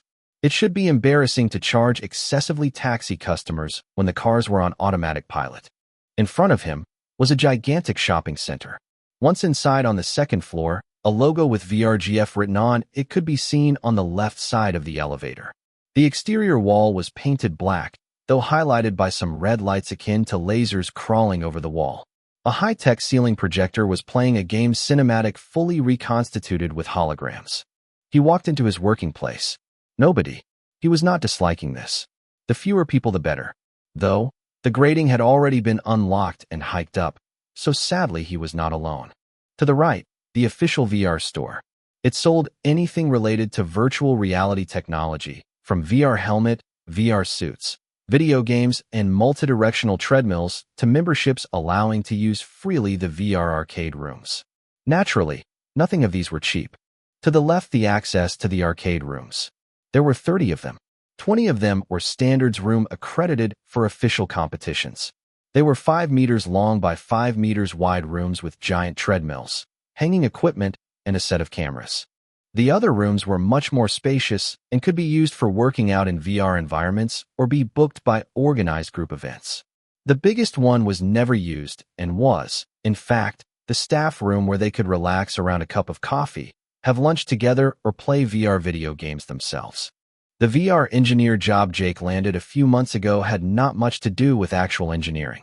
He was just loafing around at the VR store reception, once in a while greeting a new customer that needed a piece of advice about the new costly toy he was deemed to purchase. He also had to look after the VR materials and tools from the arcade rooms, or help the newbies to familiarize themselves with VR equipment. The cushy job of his dreams, but boring as fuck. Just as he was about to make himself some tea, he heard some noise coming from within the staff locker room. A few minutes later, a puny man walked out of the changing room. This guy was the spitting image of Harry Potter, but with red curly hair. A draft version, though. He was small, about 5'5", lacked sun as many workers in VR centers. He even had a scar in the middle of his forehead, but instead of a bolt of lightning, it looked like a constellation birthed from the remnant craters of a very virulent acne. Disgusting. Did we mention Harry Potter's franchise was still going strong in the 22nd century? Last week, the movie Grandpa Potter and the Magic Retirement Home had been released. Already the most bankable movie of the year. Never let a good making money license going to waste. Oh, shit. He felt some vomit in his mouth. He forced himself to swallow it down. In short, his colleague was the typical nerd, sedentary, few friends, but with a very strong drive to be happy. One of the few Jake could qualify as a friend. He had a weird foreign accent from Eastern Europe and was 2 years older than him. And yes, he was also called Harry. Harry Stylinsky. Chapter 12, First Mission. Hey Jake, Harry greeted with a relieved expression. I thought you would not come. Yesterday, it was only me and Camille. Camille because she's the manager and I because I need the money. It was all for nothing in the end. We haven't seen any customers. He looked like he was about to cry, so Jake abstained from ignoring him like every other morning. Yes, they were friends. Harry enjoyed the sound of his voice, and Jake wasn't bothered enough to interrupt him. A win-win situation. Hi, Harry. You mean you were alone shitting yourself, right? Jake chuckled. Despite not talking much, he understood his coworker very well. A real chatterbox, but with a deep inferiority complex. Harry was neither brave nor the sharpest knife of the drawer. He had once surprised him shrieking like a panic-stricken maiden more than once because of a simple wasp landing on his shoulder. There was also the spider accident where Paul Baker, the hunk of this VR center, had pranked him with a false tarantula. Or maybe he was just scared of insects. "Don't mention it," he yelled, patting his traumatized heart. It was the worst day ever. An alien spaceship, a fucking drone pursuing me non-stop as if I owed it something. And when this Oracle bracelet activated, the fucking AI they gave me was a damn smutty old man. I immediately tried to change my setting, but the AI told me he was the perfect choice according to his data. The heck? Jake was with great difficulty refraining himself from bursting into laughter. He could only thank his good luck for being blessed with someone like she. He still didn't know what appearance she would have, but at least it wouldn't be some crappy old man. Satisfied now?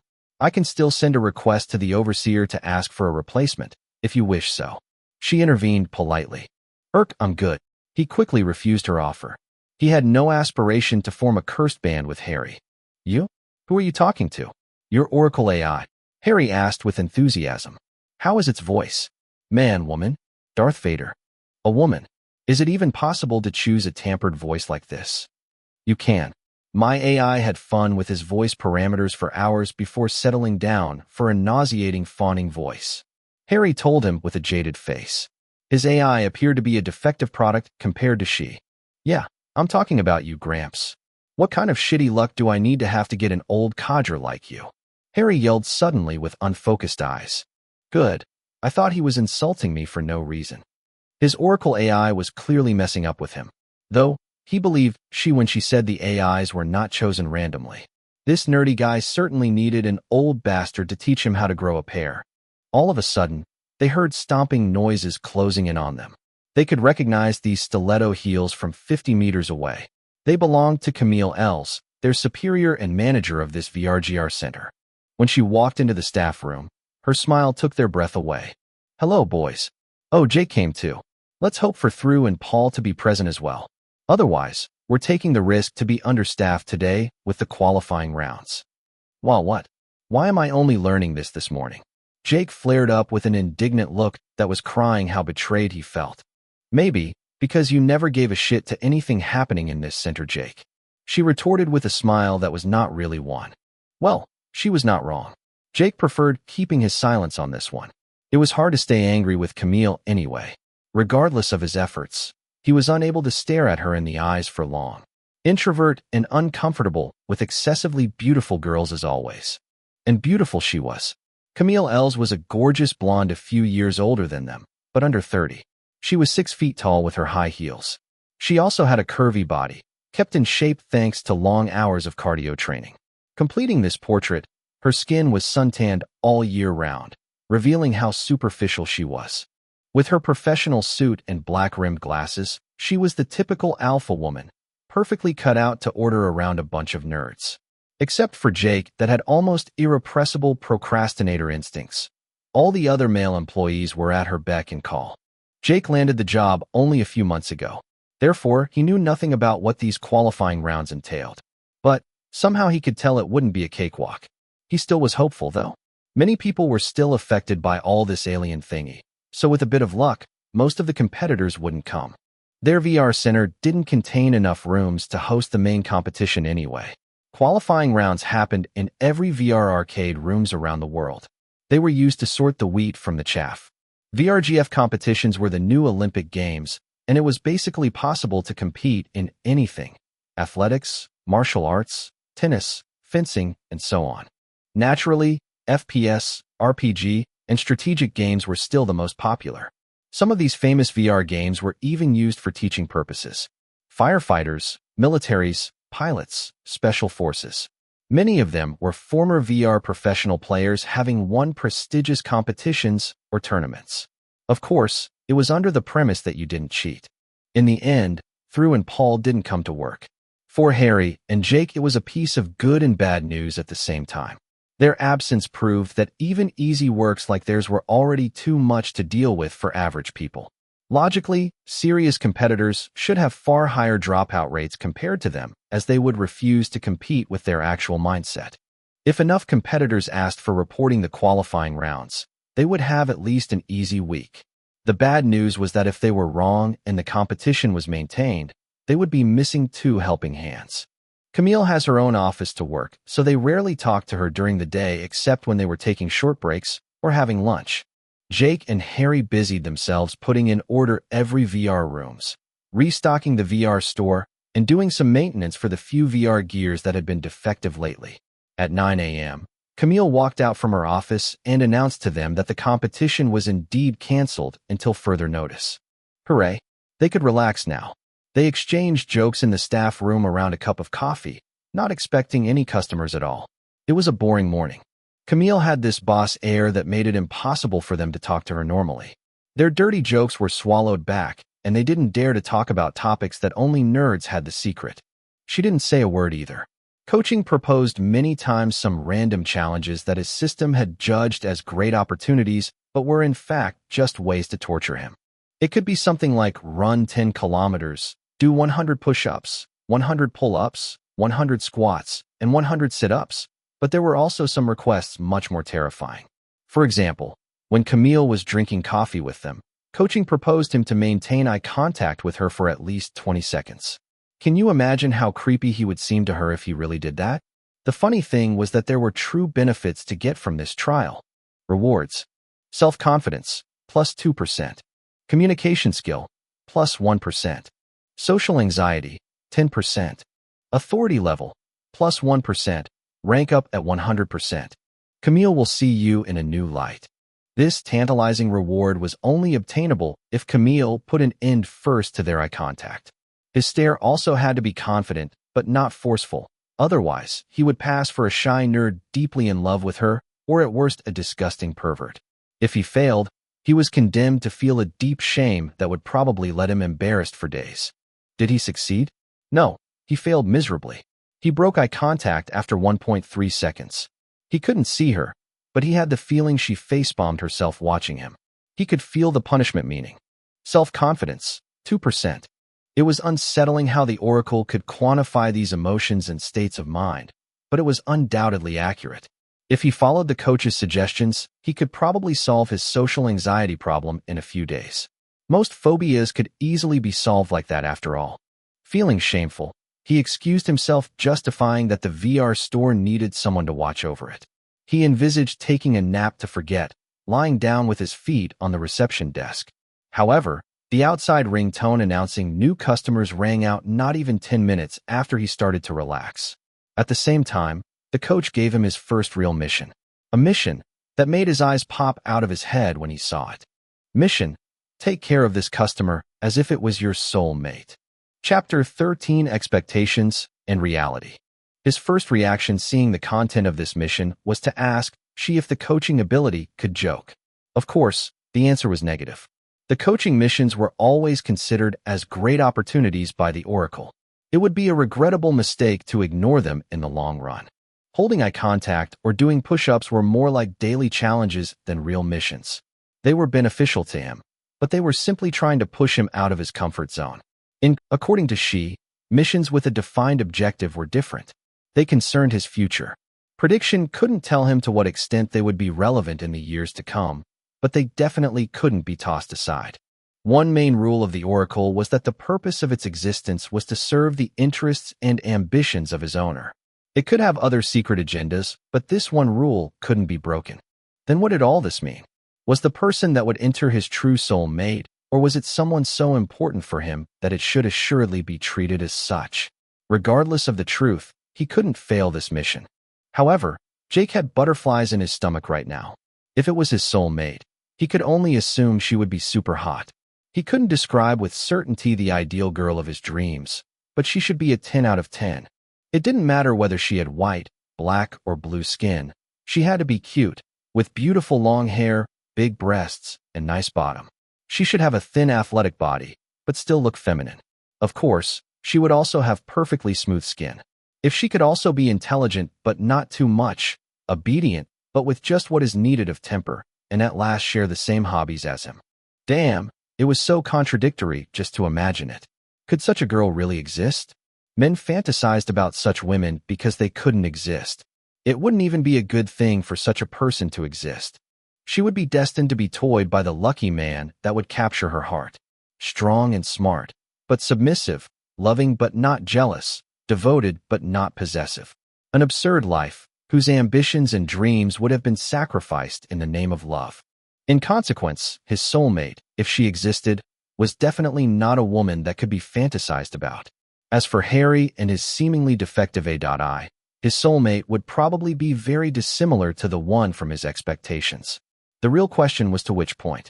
Indeed, his instincts were sharp for once. His soulmate was nothing like the beautiful babe he was expecting for. When the new customer walked into the VR Center hall, or rather rolled, Jake almost got a fright. Yes, it was a young woman, early 20-something. But damn, she was so ugly. If not for the mission reminder, he would have probably failed right from the start. He was not the kind to be mean or disrespectful based on appearance, but there was something repulsive with this girl. In any other situation, he would have served this customer with his most apathetic look, maybe a slight smile. It would have been a relief for both of them. He didn't have to fake his attitude, and she wouldn't have felt judged. That was how handicapped people wanted to be treated most of the time. They wanted their handicap to become accepted and seen as something normal, but at the same time, they would rarely laugh if you tried to joke openly about it. Very few of them would be able to mock themselves. The reason was that their greatest complex, their deepest dreams, would often be related to their handicap. It was not unusual to hear paralyzed people dreaming about walking, running, or biking. An armless person would be a hardcore basketball fan. A mute would dream of becoming a superstar singer. It was the very definition of a human being to lust after what couldn't be obtained. This young woman was lying in a wheelchair. Her legs looked like hairless chicken drumsticks. It was not just some stumps, but more like if the legs had stopped growing midway. If you had seen how ugly could be a nestling chick at birth, you could probably relate. She suffered from grave scoliosis, making her spine strangely twisted to the left. If it was the only asymmetrical detail, it would have been fine, but she was as flat as a chopping board and her nose warped to the right this time. Her skin was not smooth at all. It appeared to be callous, rough like some badly made cow leather. She was obviously younger than him, but her skin was already showing early signs of wrinkling. Her long wavy hair was white like snow, though not the beautiful winter snow you imagined, but rather the one after someone peed on it. It was hard like straw but thin like the hair from an old hag. Damn, she was truly ugly. If there was something really unique that could redeem this somber description, that would be her eyes. She had different colored eyes. The left eye was a deep marine blue, while the right one was amethyst colored. It was just a detail, but Jake had never seen such eyes. It was enough to catch his attention. Despite her terrible appearance, her eyes were full of spirit. She didn't seem to care about how he scrutinized her, as if she had long been used to the reactions her physique could trigger. She determinedly moved her wheelchair to his reception desk. Remembering the mission and she's warning, Jake got a hold of himself, acting as if it was his cousin in front of him. Fortunately, it was not so hard. As an introvert, it would have been impossible to act normally before a top model, but with a woman like this, it was effortless. "Hello, young lady. What can I do to help you?" he asked with a friendly smile. The disabled woman stopped an instant, slightly disconcerted. There was something off with this receptionist attitude. It was unlike anything she was used to. Where was the condescending look full of disdain or pity? It was almost as if he didn't care. Almost. She owed her cursed appearance to the false Third World War. Her parents lived on the outskirts of London when the city was nuked, not even 15 kilometers away from the capital. They had seen the weird multicolored light, listened to the frightened screams reverberating from afar. The couple didn't evacuate immediately. As many ignorant people, they just waited, staying comfy at home. Then they watched how a military bomber flew above them to finally drop the nuclear bomb that would destroy their future. The couple was not in the impact zone, so they survived just fine. However, as communications were cut off for a time, they waited again for official instructions from the authorities. This waiting forfeited their lives. The nuclear cloud reached far beyond London's suburb. Because London had a rainy weather, the radioactive fallout didn't spare them. It rained buckets of radioactive water for days, and no one could escape this unscathed. When it stopped raining, nuclear dust had infiltrated everything. When the nuclear winter officially began and her parents were finally evacuated, it was too late. Her father, having been exposed to the rain, died a few weeks later from global body necrosis, while her mother, less exposed, survived a few months. At this time, She was already pregnant. She lived the last months of her life in a hospital under permanent medical care. A cesarean gave birth prematurely to her daughter. After her mother's death, she was sent to live at her aunt's home. At this point, the teratogenic properties of the radiations had already caused irreversible damages. She was certainly not the only poor orphan born like this, but not many of them survived with so many complications. It couldn't be seen from her exterior appearance, but she also had congenital heart disease. Her heart was misshapen, not strong enough to pump blood efficiently. She had to wear support stocking under her clothes to avoid edemas and was easily tired. She also had a very weak immune system that made her easily fall sick. Her life was a living hell, but she still wanted to find happiness. However, Jake was not wrong thinking she desired what she couldn't have. In the 22nd century, it was not hard to regrow some limbs by 3D printing her new legs. Scoliosis could also be taken care of. Even her defective heart could be replaced. However, all this was under the assumption you could pay for it. Those kinds of advanced technologies would definitely not be wasted on a cripple like her. Most of all, her body was very weak. It was unsure if she could endure such a surgery. "Are you okay, miss?" inquired Jake with a concerned voice, drawing her out of her thoughts. "I'm fine," she answered with an almost inaudible voice. Her voice was surprisingly mellifluous and had nothing of the roughness her appearance presumed. "So, how can I help you?" "I am here for the qualifying rounds," she answered sincerely. "Oh, have you not seen the announcement on the internet?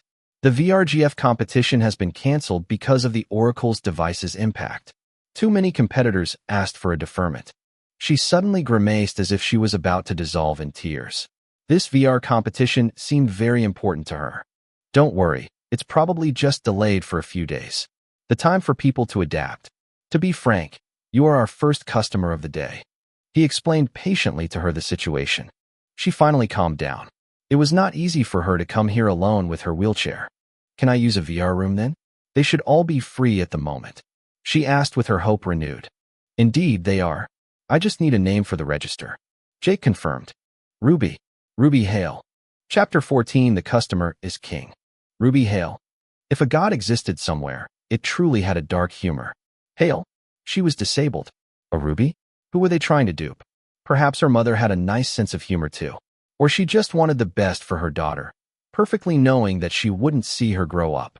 Jake could be quite harsh with his thoughts, but he was not stupid. Such mutations could only be caused by excessive radiation.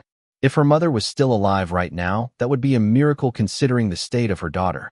"All right, Ruby. That's a beautiful name. You can take your pick, as all the rooms are available at the moment. I don't think we will see any other customers today," he said, trying to stay polite but cordial. "Then, can I have a full immersion room?" she inquired, a little giddy with excitement. "Yes, you can. We have 3 rooms like this. If I may ask, why would you need such a room? Even people using them often turn off the room's special effects to avoid being distracted when they're playing. I thought you were here for the qualifying rounds," Jake asked, a little bit curious. Ruby looked at him as if she was not sure if he was serious or not. "You work in a VRGF center and had never played VR games with all the environment simulators activated?" She was truly doubtful now. Was there really someone playing VR games so wrongly? "I ceased playing VR games, without cheating that is, a long time ago. How could I enjoy playing a game that needs me to run for hours to, in the end, lose against some cheater sat on a couch in a relaxed way? Where's the fun in this?" Now, Ruby was really staring at him as if he truly was an idiot. "You mean, you have never tried to play a VR game just to relax or experience something new?" Jake was perplexed. Why would he waste time like this? As real as VR could seem, it was not. Yet, millions of people loved simulation games. It was beyond him. "I don't think so," he answered sincerely. "You should. You have no idea what you're missing." Her eyes now showed some pity, as if he was an abandoned child having lost his way. "Well, there is no customer apart from you, so I could as well follow your advice and try one this afternoon." "Why not now? I can show you my favorite simulation game. You will definitely have fun. I need help anyway to equip the VR gear and attach myself correctly," she proposed to him. Jake thought about her suggestion for a few seconds. He didn't want to experience anything at the moment. He was originally planning to take a nap before her arrival. But if he refused, He would definitely fail the mission as the shadow guide wanted him to accept. Whatever. He could as well follow the path until the end. Despite her ugliness, she was easygoing and easy to talk to. At least, he didn't feel any bad intention. All right, I will try, but that's really just to make you happy, as I'm pretty sure my opinion about this won't change. He still expressed a reservation. After this, Jake politely proposed to push her wheelchair to one of the VR rooms, and she willingly accepted, visibly used to being assisted during her previous VR center visits. If it is not too personal, are you always coming alone?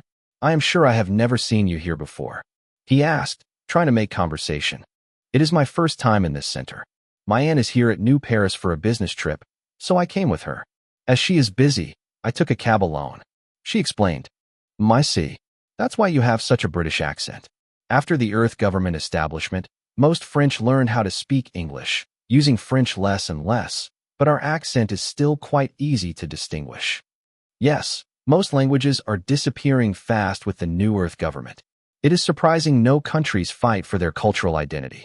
It would have been unthinkable a few decades ago. Now English, Chinese, and Russian have become the dominant languages as they are ruling the Earth in turns. Jake opened for her the VR room she had chosen, letting her put down her jacket on one of the resting seats in the room. In spite of the summer heat wave, Ruby had a cold body, unable to warm up. Now I need you to help me equipping the VR gear, she reminded him with a shy voice. Oh, okay. It is just the first time I have to help someone to equip this, so I'm not sure how I should proceed, he admitted, slightly embarrassed. No worries. It's quite simple, she promised with a confident tone. Just pass me the VR suit and let me get changed. Oh, yes, I need to go out, of course. Jake waited patiently outside the VR room for his customer to finish changing herself. When she called him, he walked back inside. Then, what should I do now? He asked for the next step. Just bring my wheelchair on the treadmill under the straps hanging from the ceiling of the VR capsule. Jake obeyed, pushing her to the right position. Okay, now I need you to attach the straps to my VR suit. Once it is done, adjust the strap's length so that I'm not too close to the ground. I can do it myself if you carry me for a few seconds, she suggested, her face going red. Jake awkwardly took her in his arms, Princess Carrie style. Ruby was very light and bony according to his fingers' feedback where they touched her body. As ugly and handicapped as she was, he couldn't help himself but think how nice she smelled. It was a scent very different from the deathly one he expected. If he had one bad sense to mention, that would be his sense of smell. For that matter, the Oracle status was formal about this. His perception stat was 10 points as every healthy male, but when he had looked at his sub-attributes, he had discovered his sense of smell only had 7 points. His sight and hearing were above average, though. To return to the subject, she smelled nice, but he was unable to describe this fragrance, even less put a name on it. He wouldn't recognize the scent of roses if he smelled it, even less so a complex perfume like this one. All he could say was that it reminded him in a way the fragrance of red berries.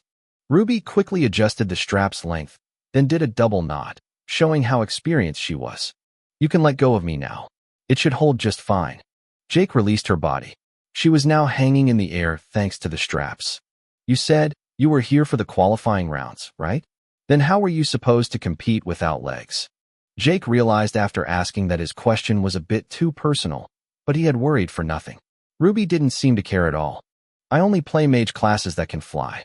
Disabled people can fill in a form when playing VR games to explain the nature of their handicap.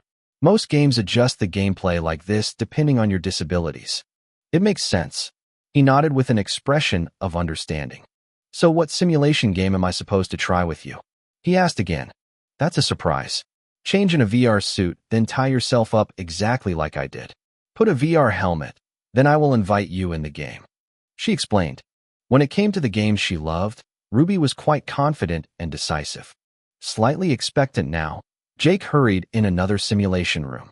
The main difference with normal VR rooms was that they could simulate rain, wind, sand, and so on. For this, the multidirectional treadmill, the walls, and ceiling of the capsule needed to be built differently.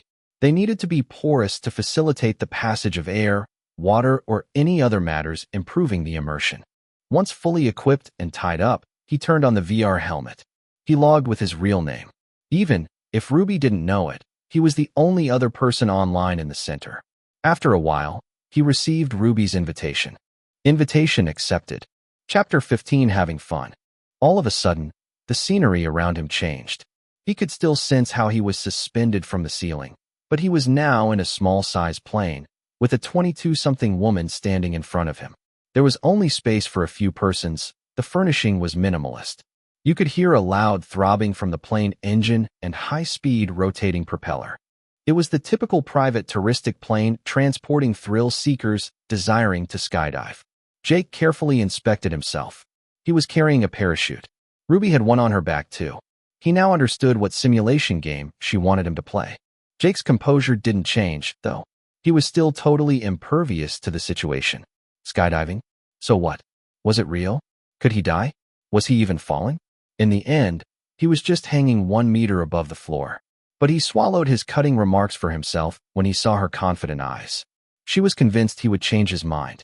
For his first mission's well-being, he persevered with this farce. Ruby had legs in the game and her appearance was very different.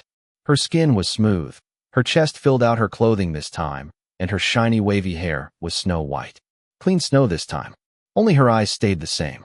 One deep blue, the other one amethyst-colored. So what should we do? He broke the ice. With the roaring engine noises, he had to shout just to hear himself. Look out the window. When the plane will be at its highest, his altitude will stabilize and the pilot will signal us it is time for us to jump. All right, let's wait then, he said, still as placid as ever. He truly didn't care at all. Did you turn on all the simulation special effects in your VR room? She reminded him. Of course, I'm not stupid. Oh, sorry. After this, they stayed silent, waiting patiently for the tourist plane to reach the right altitude. When the latter was more than 30,000 feet above the ground, it finally ceased to climb up. Standard parachute jumps were done at 12,000 feet, but it was a game. There was no need to worry about a lack of oxygen or dangerous temperature in the negatives. The pilot knocked on the locked door isolating the cockpit, informing them they could begin. Ruby decisively opened the glazed door isolating them from the outside. It looked like any other windows of this plane and could easily get mixed up. At this point, Jake still felt indifferent to all of this. The cold wind was slapping his face, but he could still sort of imagine the powerful ventilator functioning at full capacity. Then, he familiarized himself with the strips used to release the main parachute and the rescue one if the former was defective.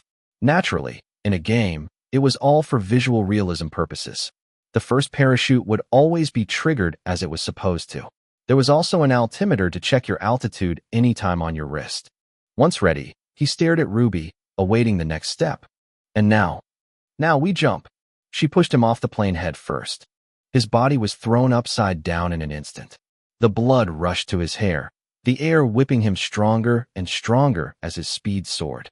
His heart was pumping faster and faster despite all his efforts to remind himself it was just an illusion.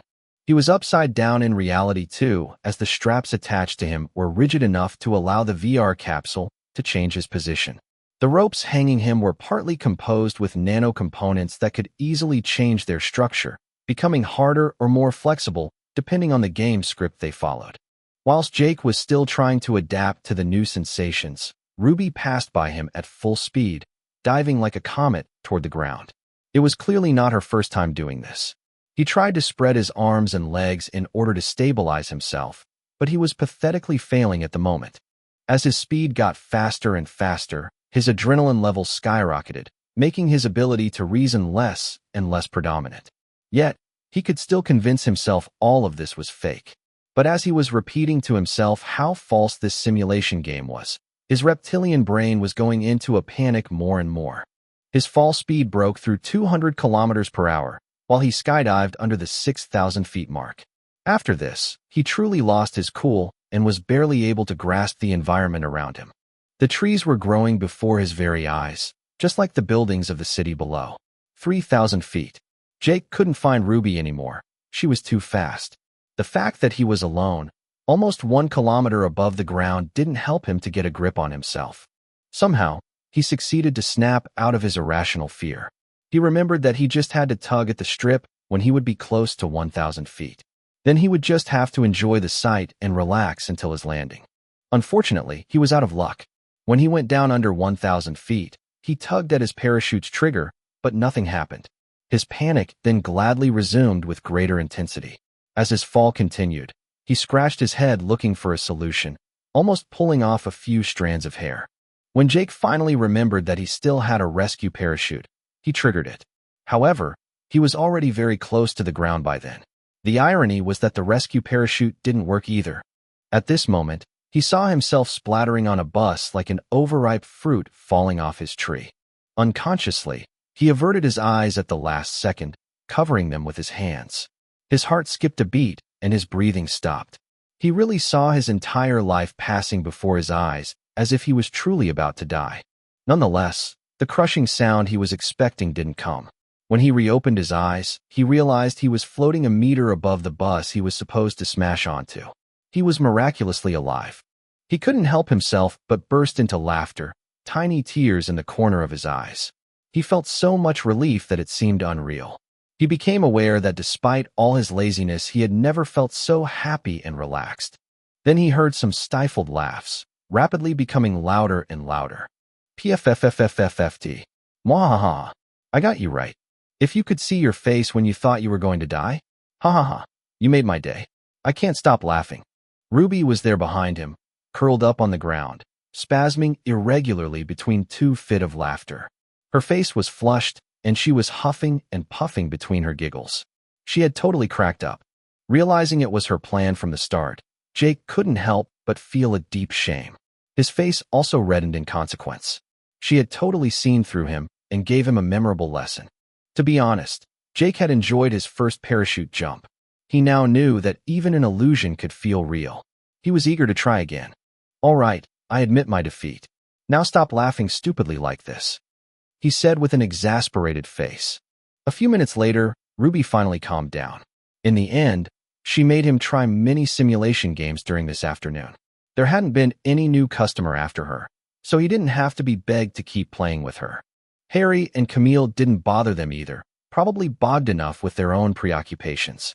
From the several simulation games Ruby made him play, he soon realized that they were all related to high speed and freedom. Ruby's favorite was a flying simulator. Not flying in the sense of piloting planes, but a real Superman flying mode. You could basically fly at any speed around the Earth. Even Jake had a lot of fun looking for his own house.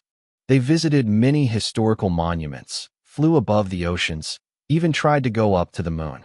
Curious, they also visited the nuked cities. It was obvious, however, that the game was lacking information about these areas. Except for some ashy sands, there was nothing else in these wastelands. When finally came the time to close the VRGF Center, Jake could sincerely declare that he had passed one of the best days from his whole life. And at work, on top of that, he said goodbye to Ruby, wishing her a safe return to New London with her aunt. Jake knew he probably wouldn't see her again before a long time, and surprisingly felt a little sad deep inside him. She was still one of the ugliest girl he had ever seen, but comparatively, her inner beauty was resplendent.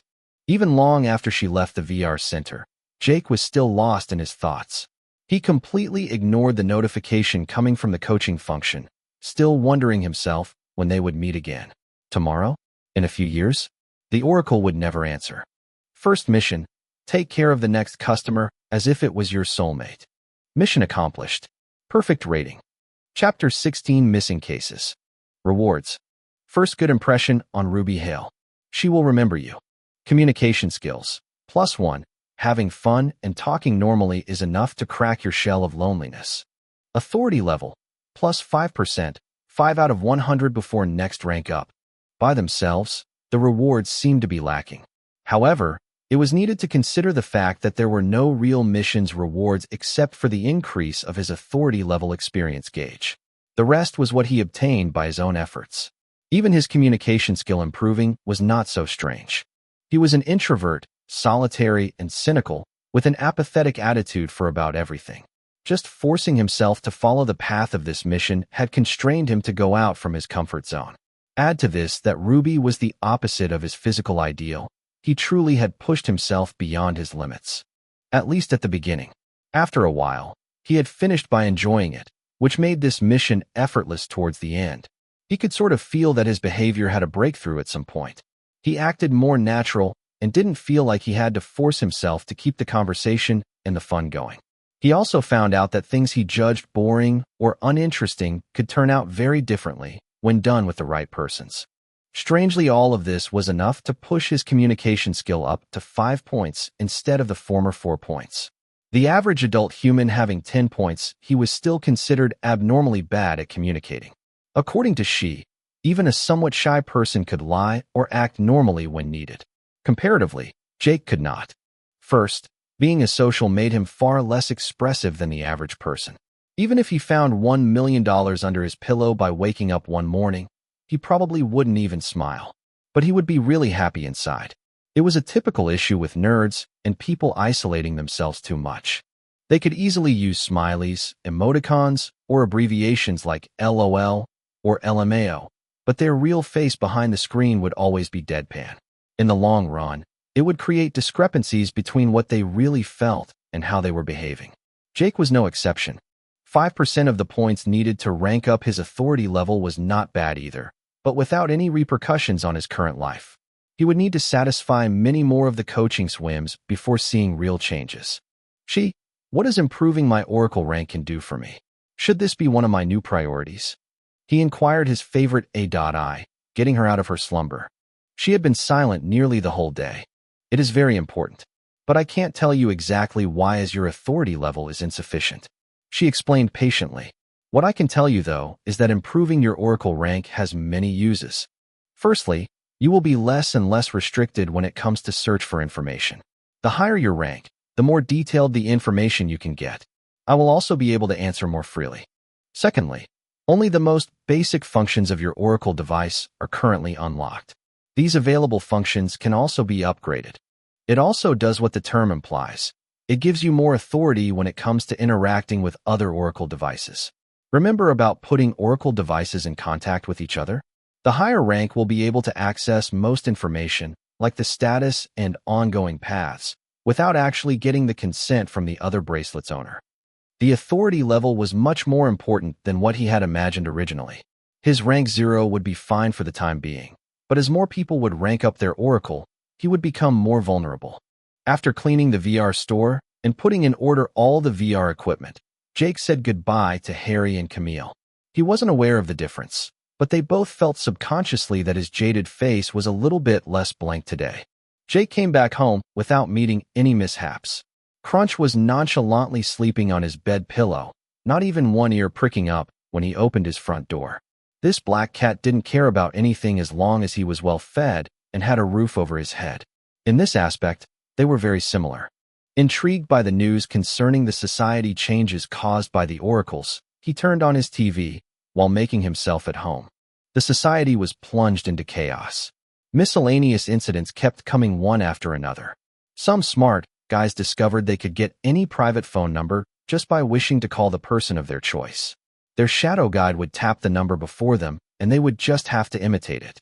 The Earth's president, ministers, actors and actresses, singers and other celebrities passed an awful day as a result. Fortunately, they soon figured out that it was possible for their Oracle AI to filter the incoming calls by themselves. Same as blacklisting a phone number, but much more efficient, as it could determine, thanks to the coaching ability, if answering the unknown calls was actually beneficial. As Jake didn't have many friends, he didn't worry about this. It also had positive consequences, though. He could now easily contact anyone.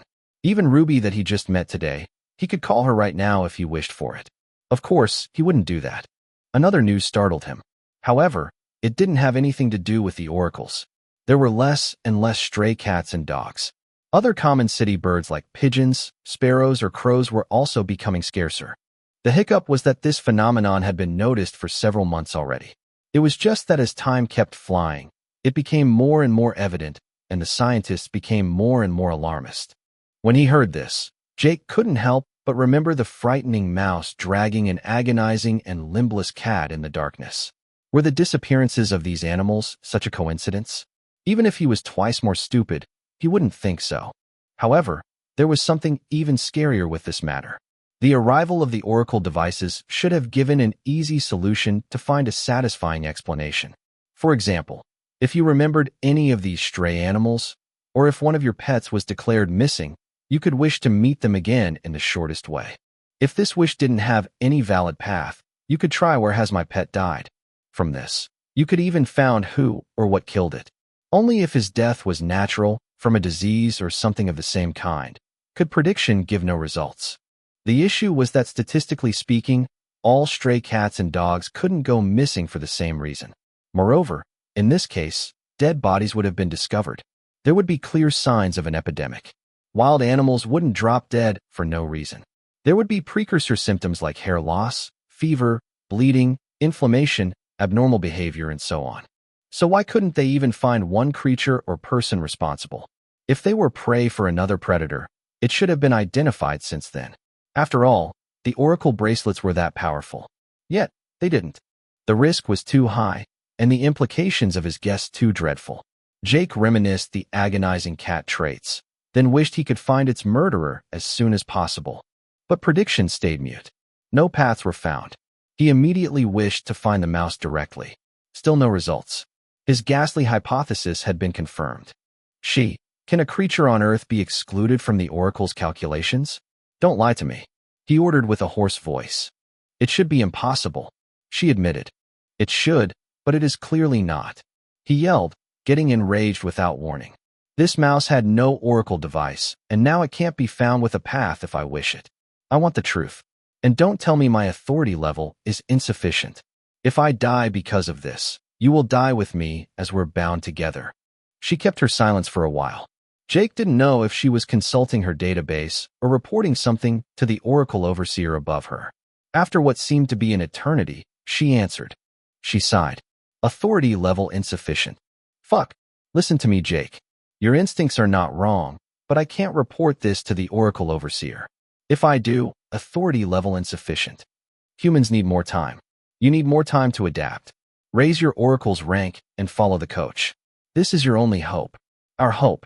Chapter 17, The Way to Survival. At this precise moment, Jake felt a visceral fear coursing through his body, goosebumps all over his skin. As good at procrastinating as he was, he couldn't ignore such an urgency. Lazy people could postpone chores and duties, but not threats to their life. He was too perturbed to undertake anything this evening. He couldn't even muster the energy to cook something. In the end, he just got to bed early. Tomorrow would be a better day. On waking, he felt in great form, but his mood was grim. The right move in this situation was not so clear anymore. There were already things on Earth that the Oracle's predictions didn't take account of. The Oracle should have turned his dull life into an exciting one, full of hopes. Instead, he was back to square one. What was he supposed to do now? She told him to follow the coaching abilities recommendations. But the latter was silent this morning. From what she said the day before, she couldn't report the situation to the Oracle overseer for his own good. However, his personal Oracle naturally included in his calculations everything he knew. Bullshit quests like push-up sets or running a few kilometers had been replaced by insufferable mutism. His stress was rising, but no satisfying ideas came to him. Jake did one thing, though. He sent a message to Camille, his superior at work, informing her he would be absent for a prolonged period. Personal reasons. He wasn't worried about lacking money. His investment was already showing great promise. His $40,000 had high return potential. He didn't know it yet, but a big firm had worked on a warp drive engine for 3 decades in vain. A success would allow humans to build spaceships able to travel faster than light.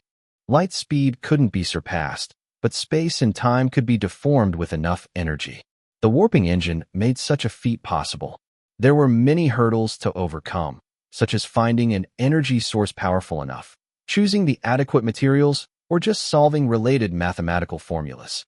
This firm had been on the verge of bankruptcy for years, surviving thanks to international subventions and donations. With the Oracle's appearance, they overcame their last obstacle. You could imagine the impact of such a technological advance when the patent was registered. Jake was now a happy stockholder of this company. His initial investment had already doubled and would exceed his $400,000 objective in 3 days at the latest. Unfortunately, it was useless. Jake had the intuition that he wouldn't have the chance to enjoy his wealth for long. He didn't turn on the TV this morning. The news would only be worse. Time has come to take his fate into his own hands. The Wilderths were smart. That was the absolute truth he was confident of. However, it was also his shackle, the one that made him indolent and passive. It made him doubt himself.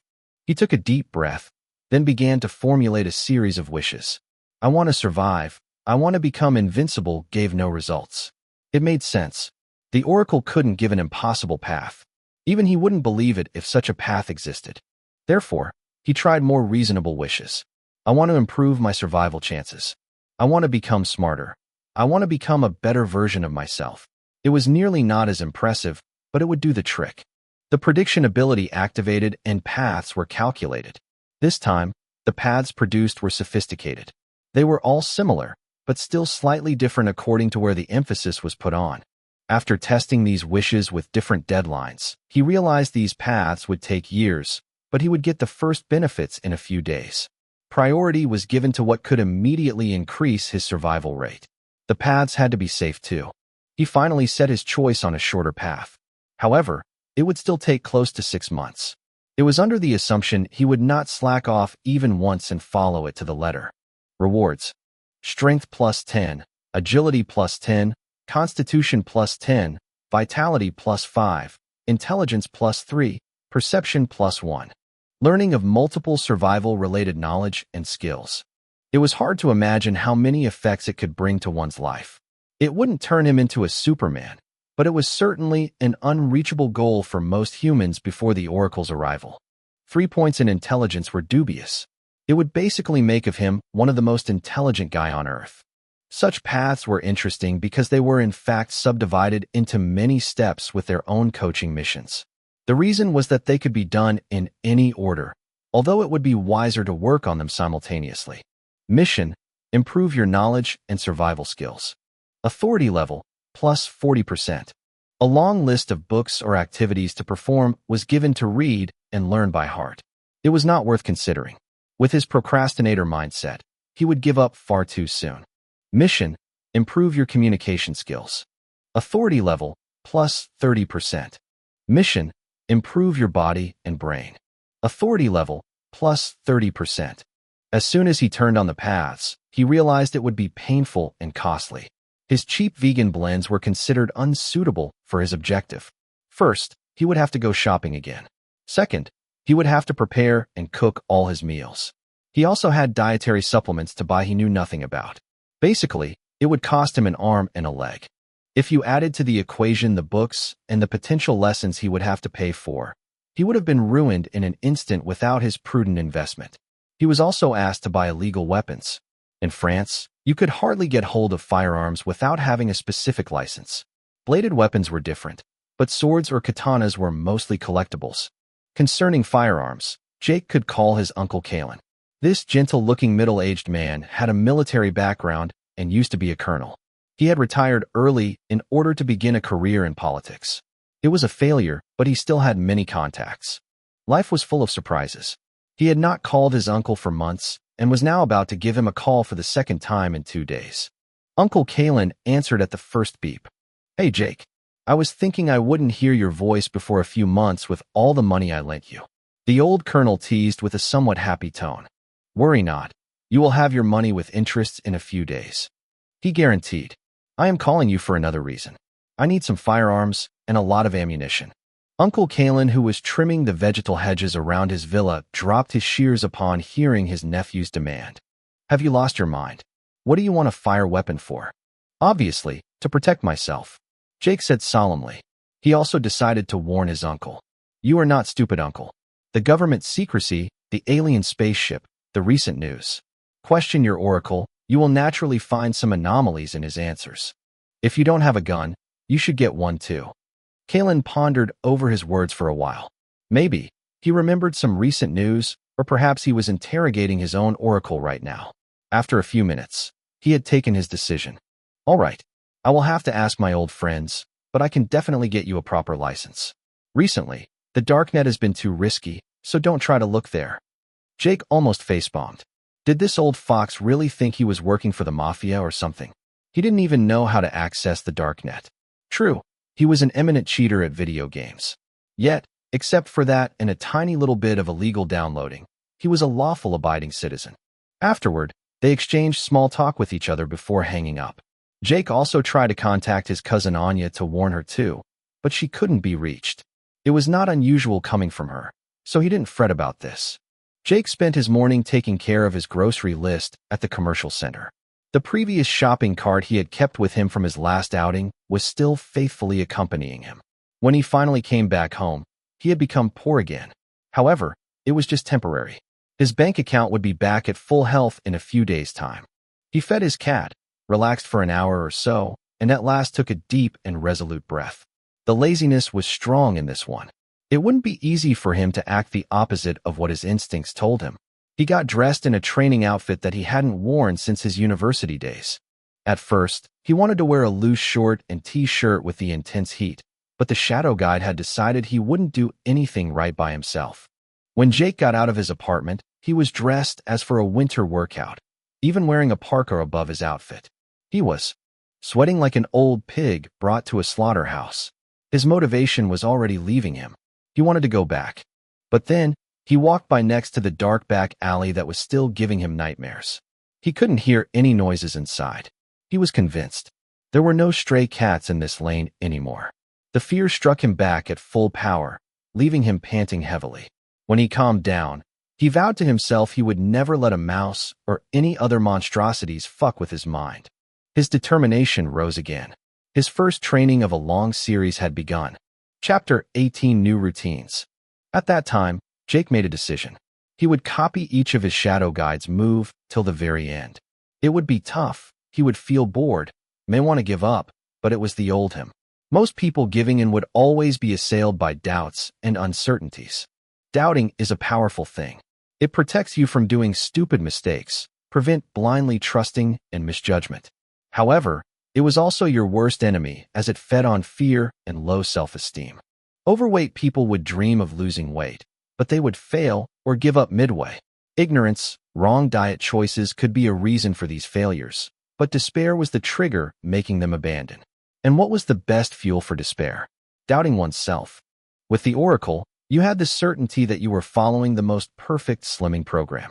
It was personalized and would naturally be a success if followed. Popular diet trends were enticing, but if the immediate benefits were not as good as imagined, your willpower would crumble. In psychology, there were several mechanisms implicated that made the failure rate so high. For example, the "I've come this far, might as well finish" and selling off your future excuses. They worked in tandem. In a moment of weakness, you eat one slice of pizza, then two, and finally the entire pizza. But it's okay, because tomorrow, you will make up for it. An attitude of denial was also a classic. Just once is okay. I won't gain weight with just one ice cream. This kind of denial. The Oracle prevented these setbacks, because it was always right. If you acted differently from your shadow guide, you were wrong. It made you responsible for your failures. But for this to work, you needed to have at least this little bit of faith in your bracelet. Jake precisely intended to do that. The shadow fetch started to run, and he obediently followed. You just had to look at him to figure out how bad was his fitness. This footing was a long tunnel with no end. Jake could only look up to the inexhaustible shadow, always pushing forward as if it was nothing. After an unknown amount of time, he collapsed on a sidewalk. In front of him was an enormous physical fitness center, the biggest in New Paris. It had all the facilities you could wish for. A 50-m-long swimming pool, a weights room, special rooms for dancing, martial arts, yoga, and reshaping programs. The equipment was top-notch, and there was a wide range of activities to choose from. This place would be like a second home for him in the next days. Jake was already tired, but the Oracle didn't care. He took a gym bag with him, so he had everything needed to train there. Special drinks, gainers, supplements, he was ready. Sportsmen and women were numerous here. The fitness level was also quite high. Shrimps like him were not common. If not for his mass of hair and 2-week thick beard, he would have felt unconfident about his manliness. Mission: get yourself a trendy haircut and shave. Reward: you won't look like a beggar anymore. Authority level: plus 0.1%. She: it is your doing? Right? The beggar accused her with a grief-stricken face. He was the kind of person to hold grudges for the slightest grievances. It is not me. Why would I care about your hairiness? She retorted with an air of disdain. Then why has the coaching ability proposed this mission just now and not this morning when I went shopping? Because it would have been useless. The mission appeared because it makes you uncomfortable. If it gave your future missions all at once, what would be the point? You wouldn't even understand why you must do them. All right, I get it, but I'll do this tomorrow. I'm drenched with sweat right now. As you wish, master. Now, proceed with your training. There was indeed a hairdressing salon in this fitness center. He just had to schedule this before working out the day after. Afterward, he passed his worst afternoon since the time his cousins mocked him at a Christmas family dinner where all the Wilderths were gathered. Imitating the shadow guide, he pumped iron, stretched, did some high-intensity interval training, stretched again, and so on. Paradoxically, it was not so hard that he couldn't carry on with the exercises. It was precisely the issue. The path knew his stuff. The weights were rather light, the resting times long enough. However, there were many things he was discovering for the first time. Battle rope, jump rope, throwing weights, mobility and balance training, some weird yoga and breathing techniques. There were also many physiological movements to practice like punching, kicking, rolling, or climbing. All in all, it was a well-thought training, with no details overlooked. At some point, Jake ceased to ponder over the logic behind all these strange exercises. He was getting jeering glances from other gym adherents nonstop, yet he didn't care. He was too focused on his task. Funnily, he was not the only person practicing exercises that didn't seem to make sense. Every human was treading their own path, and as a result, abnormal behaviors were sort of becoming the new norm. When he arrived home, his nerd body was dead tired. His energy has been spent, and despite the absence of muscle stiffness and soreness, he felt like his body had been run over by a bulldozer. Jake took a well-deserved shower before moving on to the next step. The next trial was not easier in the slightest. In fact, it could be even harsher. A little reminder, Jake's cooking skill had 1 point when the average human being had 4. Cooking pasta or rice was okay, but anything else went far beyond his field of expertise. He would have to focus and follow the shadow guide, moves very carefully. He didn't have knowledge of what recipe he was following. His cooking talent was almost inexistent for 2 simple reasons: no interest and no dexterity. He was not good with his hands, and his few girlfriends could confirm it. When boredom could struck him even during the most intimate act, you could easily picture what kind of shitty face he was doing right now. Well, he was sobbing, chopping onions and garlic. The shadow guide was performing some awesome knife skills, slicing the vegetables at high speed. As he tried his best to follow his prodigious doppelganger, the meal was taking form.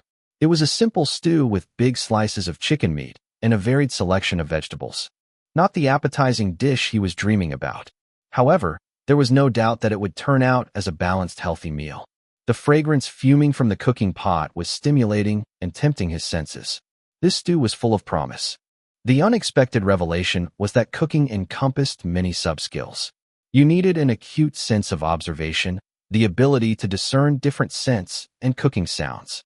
Good control, knife mastery, knowledge of each kitchen instrument, recipe knowledge were all part of the same main skill recognized by the system. Jake had no idea how the Oracle calculated the final score, and it didn't really matter. What he knew, though, was that his shadow guide was, when the guide was seemingly immobile but was, in fact, taking a whiff above the stew, Jake could feel it. It was not foolish imitation. The real feat was to achieve the same way of thinking the shadow had while cooking. It was an extremely focused state. If he didn't know better, he would have thought the latter had gone all in on poker with only a pitiful pair of 2. After an hour or so, simmering at medium temperature, and despite many mistakes, Jake cooked the best dish of his life. Even Crunch was licking his lips and drooling over the cooking pot. One cat and one human stared at each other like 2 mortal enemies. Yet it was not long for Crunch to remember whose hand was feeding him. Jake was not a selfish person, at least not with a cat, so he took out 2 plates and served generous portions for both of them. Truth was that he wasn't free to gorge on food as he wished. The path was still active. The amounts of food were controlled. There was nothing left to chance. The meal proved to be delicious. However, the pleasure he was expecting didn't come. Indeed, he couldn't even eat in peace. In order to improve his intelligence, the Oracle had concocted for him many mind games he couldn't skip.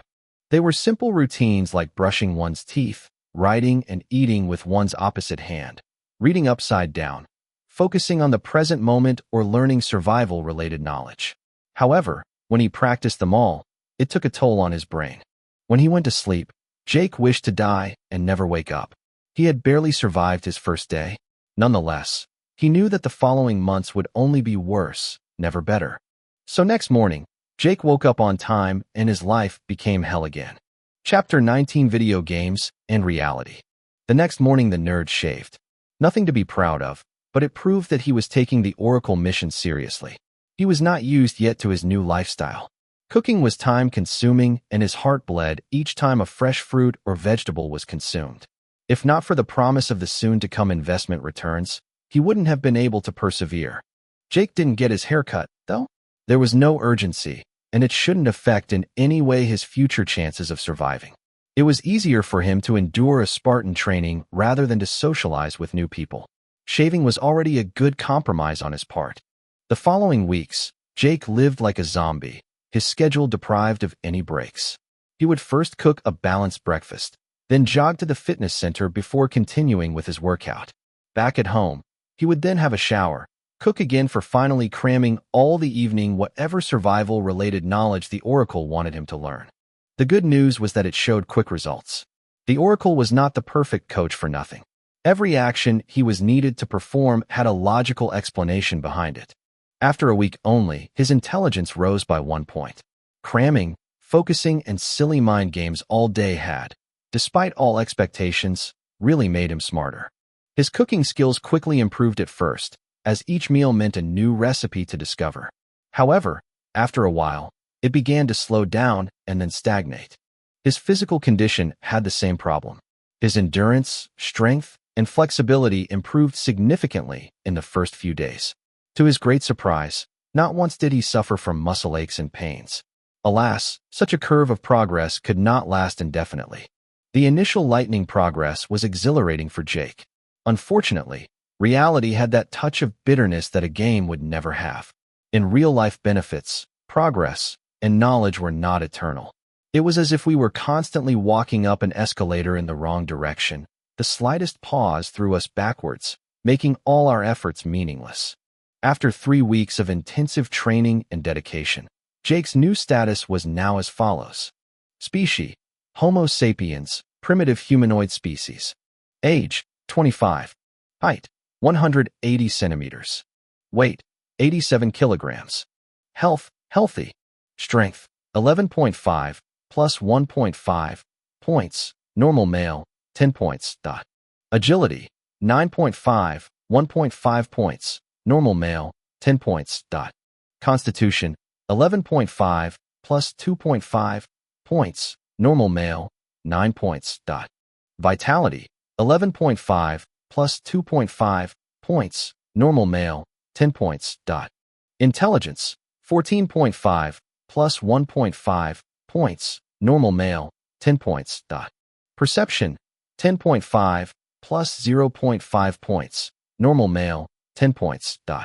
Such increases might seem superbly pleasing, but they were in fact only the result of an immediate adaptive response by the body. The gain in strength? A simple adaptation of the nervous system. His muscle mass, its quality had not fundamentally changed. His constitution and vitality? Of course, so many cardiovascular exercises, the transition to a nutritive but balanced diet, as well as adequate sleep hygiene were destined to succeed. The number and size of mitochondria increased rapidly, as did tolerance to lactic acid. The number of red blood cells and blood volume could also be adjusted in record time. This was the main reason why, even today, endurance athletes still physically prepared themselves at high altitudes when a competition was to take place. Some doping products such as EPO had similar effects. However, these rapid adaptations were just as short-lived. Returning to sea level, combined with an abrupt cessation of sport, could ruin your physical achievements in just a few weeks. As for his agility, he owed it to greater flexibility, dexterity, coordination, and balance. Even his perception had improved. Less computer use and greater awareness of one's environment had undoubtedly played a role. Concerning his skills, he had gained new ones and significantly evolved in others. Paradoxically, despite his apparent devotion to the path, His procrastination skills had not diminished one iota. However, it was now being suppressed by two skills he already had before: rational thinking and common sense. These skills were not exceptional in their own right. Anyone with a functional brain, not parasitized by absurd beliefs, should have a correct level. Sadly, it only took a few psychological shortcomings to put these to one side. Indeed, Jake's common sense was as bad as one could imagine. To procrastinate and indulge to such an extent, you had to have an undeniable talent for ignoring what should never be. Escaping from predators by burying his head in the sand was a good summary of how he lived before meeting the Oracle. Had he changed already? No, not really. Such profound personality changes took a considerable amount of time and awareness. Nevertheless, the Oracle deserved some credit. A full-time program like his had the same effect on him as good behavioral therapy. Of the many skills he had acquired, the majority were actually related to the various functional movements he had practiced during his training. Jumping, footwork, boxing, dodging, all kinds of acrobatics, and finally all kinds of survival skills. They included lighting a campfire, recognizing medicinal herbs and using them properly, getting water or food, making basic traps, and making clothing or leather from fur and skin. In addition to this, he also learned first aid, sewing, and even how to identify all kinds of materials.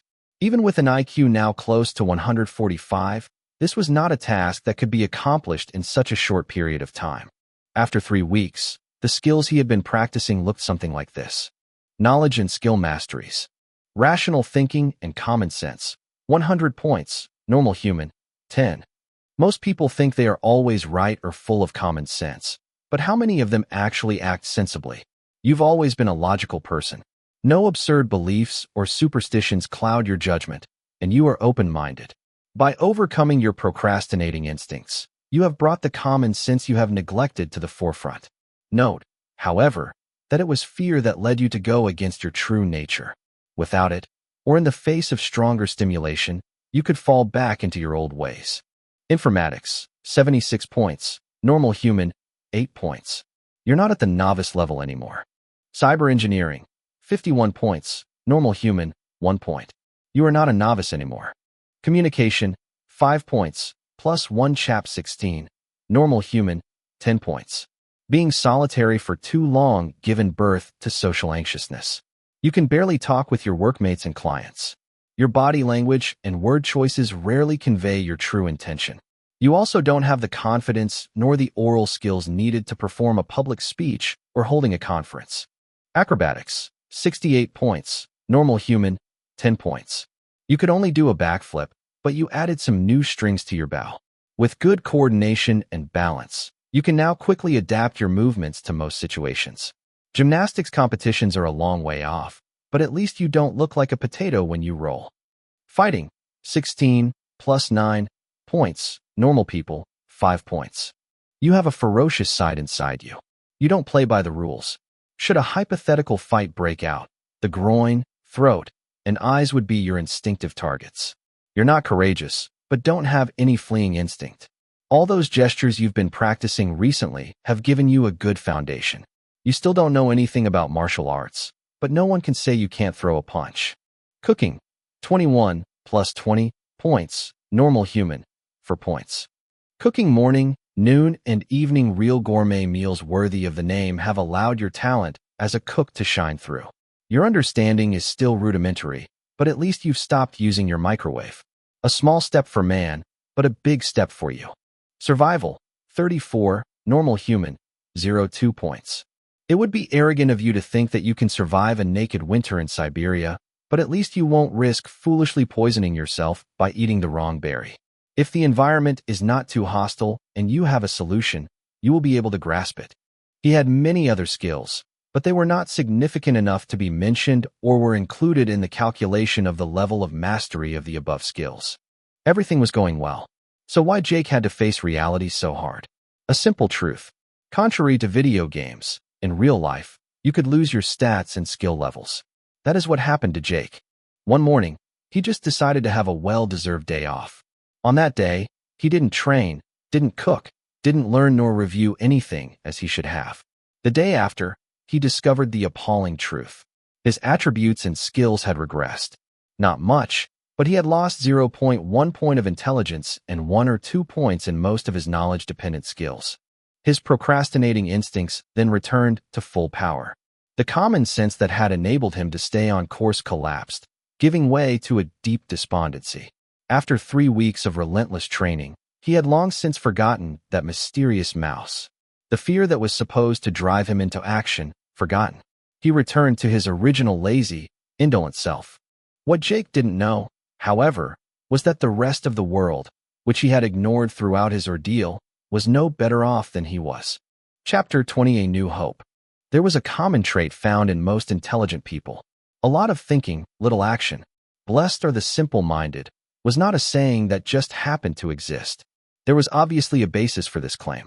People who were a little bit dumber than average, or sometimes just men of action, were naturally less concerned about the implications behind their actions. They did not ask themselves the question, "Am I wasting my time?" or "How many others have failed before me?" They were content to take action, letting themselves be carried along by the flow. The procrastinators were all, without exception, great thinkers. It took a minimum of intelligence to constantly question the meaning of one's objectives, to put them into perspective, and then to ignore them. Most of them were lunatics, planning complex plans to achieve their goals, often also quite perfectionist. Yet, when the time came to take action for good, these people deflated, finding all sorts of excuses. There were 2 simple reasons for this. The fear of failure, which was logically proportional to the immensity of the task at hand, and the feeling of futility, which could be summed up by the question, "What's the point?" Jake was suffering from the second case. If you fed your imagination of invincible superheroes, completely overpowered protagonists becoming stronger and faster by applying simple precepts like no pain, no gain, you were doomed to despair. Add to that an outlet in the form of video games and free web novels, and you ended up with someone like Jake. A person that nothing could motivate, because after all, it wasn't worth it. I thought that if there was a path, it meant that the rewards were earned for good. Why did my stats drop after a simple day of rest? Jake complained like a cranky kid whose lollipop had just been snatched. Are you serious? She growled with undisguised disdain. Could you tell me in detail the recipe for the first stew the path made you cook? Jake gasped, realizing the uncertainty he'd chosen to ignore all along was now being thrown back in his face. How could I? It's been 3 weeks. I've been cooking non-stop, cramming all kinds of boring stuff, without ever once having a moment for myself. Of course I forgot. I vaguely remember a few steps, like chopping onions or meat, but most stews tend to look the same anyway. The proportions of spices, the exact sequence, I have no idea. As you said, you have forgotten. You're only human after all, she reminded him in a sympathetic voice. Naturally, this is reflected in your statistics.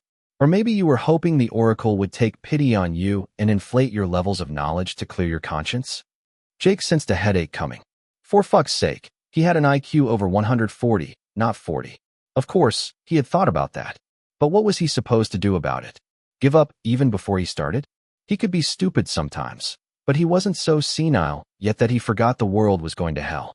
Is it possible to at least retain what I've learned? Not wasting weeks of effort in a matter of days. Jake wondered aloud. Sure, it can be done. You forget because your brain's memory capacity is limited, as is your attention span, she explained in a bored tone. A glimmer of hope lit up Jake's eyes. Thank you, Sherlock. Then how many points of intelligence would I need to not forget anything? That's a harder question than it sounds. The intelligence shown on your status is calculated by including many cognitive functions. Memory is only one of those variables. The formula is not that simple. If the amount of information you can retain doubles, your intelligence can double as well in practice, if your thinking ability follows. However, if your reaction speed doubles, your intelligence won't necessarily double in this case. Take the example of a cat. No matter how long it tries to capture the red light of a laser, it will never understand that the light source comes from somewhere else. A faster brain wouldn't make any difference. That's a fundamental limitation. A better memory, on the other hand, might help him realize that something is wrong. Or at least, if it does, the cat will remember it. Please, just give me a number. Jake begged, vainly hoping to be spared from another lecture. If I consider that your brain is evolving uniformly, I'd say at least 200 points.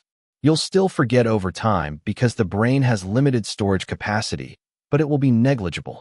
Jake was stunned. 200 points meant so much intelligence that the world's greatest geniuses would look like a bunch of retards. That equated to an IQ of 2,000. Considering his cognitive faculties were in balance, it was terrifying. His memory would be 20 times better by default, but so would his concentration and understanding. In reality, this would translate into a much higher learning capacity than that number. Fuck, is that even possible? Checking for paths to become invincible or dominate the universe, that was the first thing I did. And the answer? Nothing, nada, neat. Jake became enraged by this underhanded move from she. Authority insufficient, she responded with the same casual tone. But to his surprise, it was that hated response that calmed Jake. He had just become aware of an absurdity in the Oracle's workings. When I make irrational wishes like developing superhuman intelligence, no path is generated.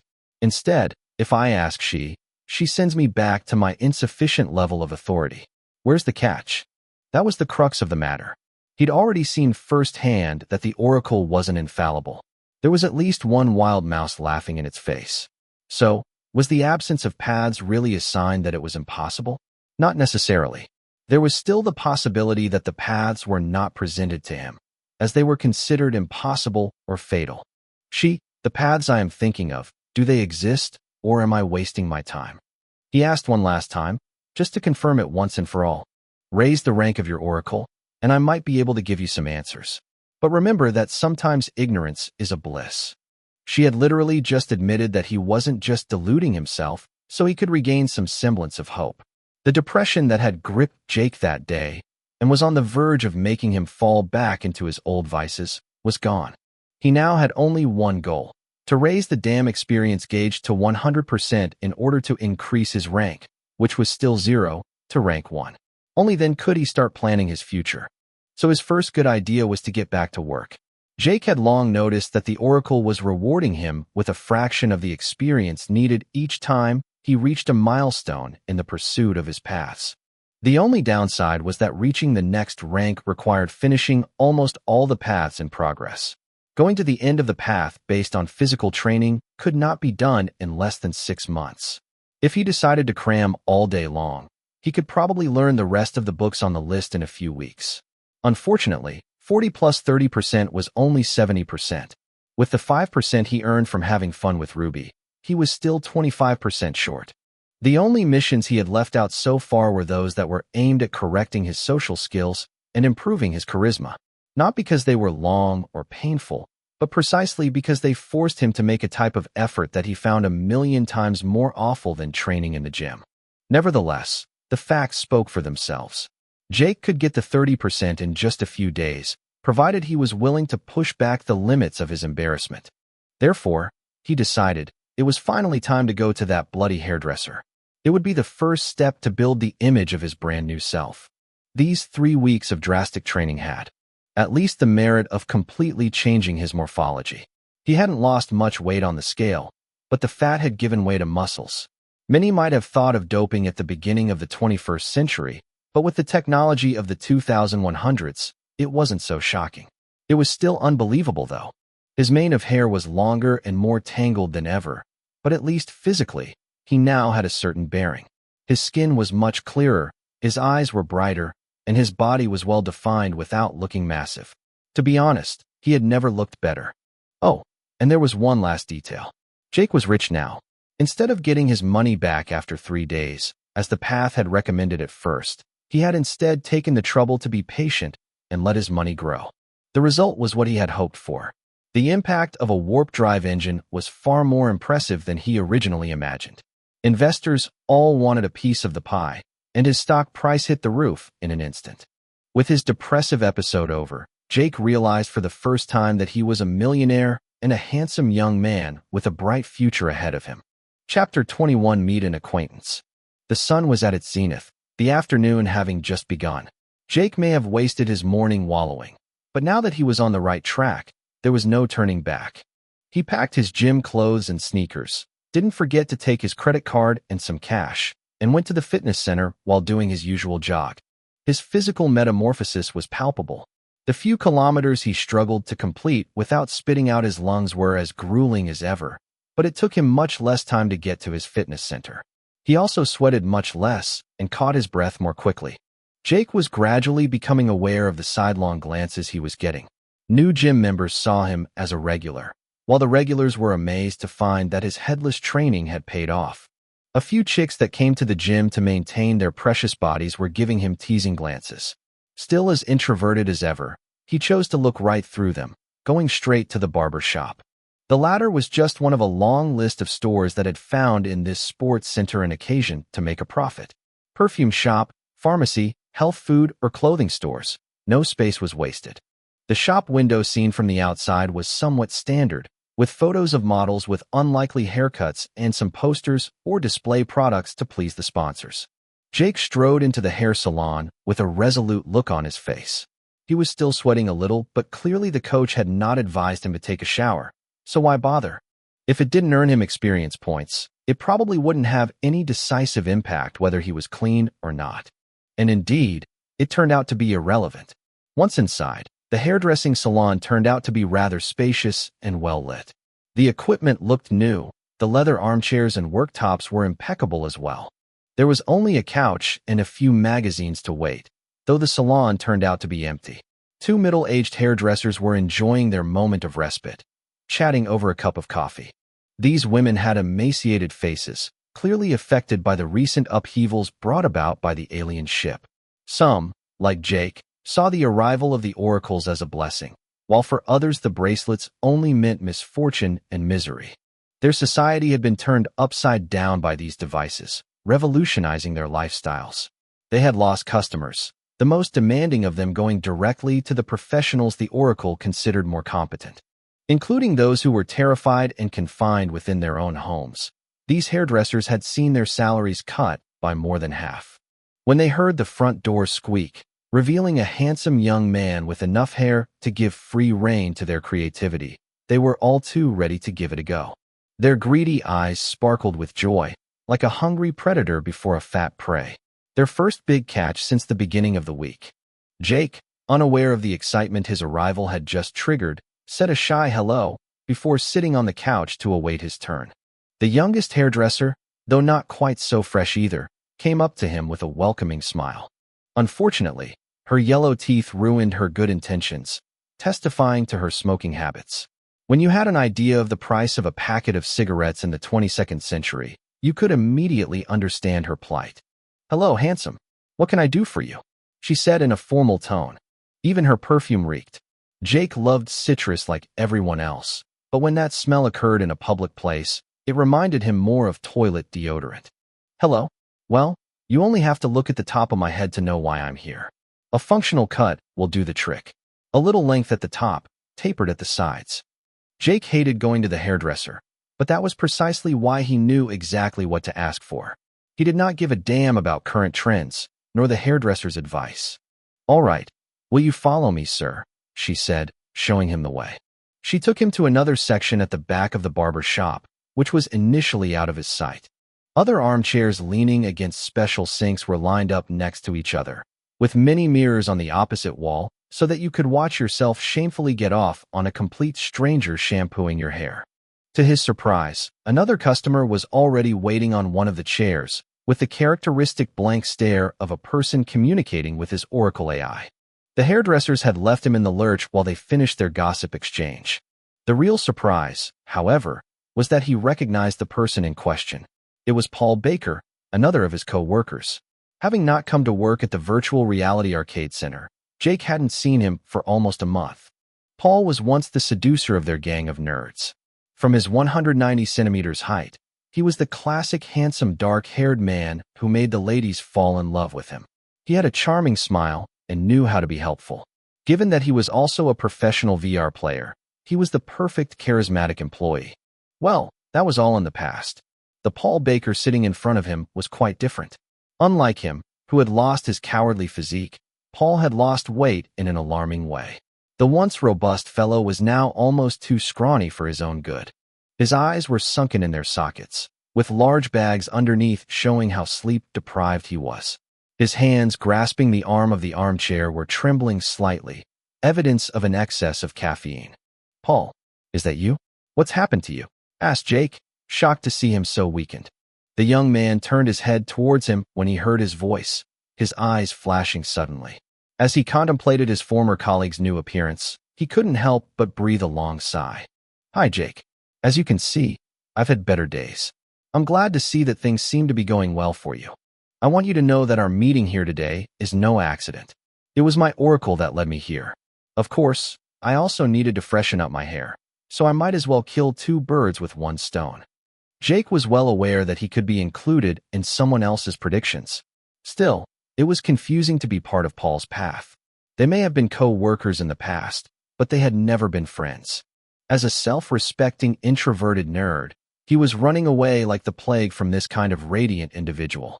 Apart from Harry, who was like him, and Camille, who was a hottie and his direct supervisor, he truly didn't give a damn about anyone else. Anyway, Jake had come in for a haircut, and he had no intention of changing his plan.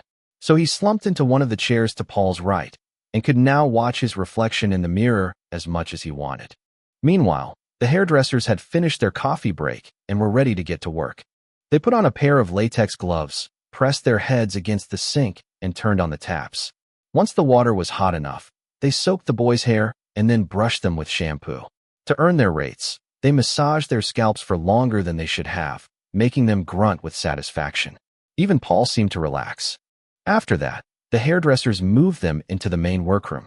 Perhaps because they were relieved to have two clients at once, they showed great professionalism, showing all their expertise. Paradoxically, Paul, who was used to sophisticated and trendy cuts, asked for the same functional cut as Jake. His former colleague was like a stranger. During the entire performance, the two young men remained silent. When the hairdressers finished their task, a huge mass of hair was scattered on the tile floor, and he felt as if his head was lighter. Jake then paid his hairdresser, leaving a generous tip, and left with Paul on his heels. After that, Jake continued following his path as though nothing had happened. He did his training just like the other days, replicating the gestures of his shadow guide with absolute confidence. Paul, for his part, did not stop him. The handsome former boy watched him make all those strange movements with a thoughtful look, as if he was wondering about the difference between their respective ways of coping with all these turmoil.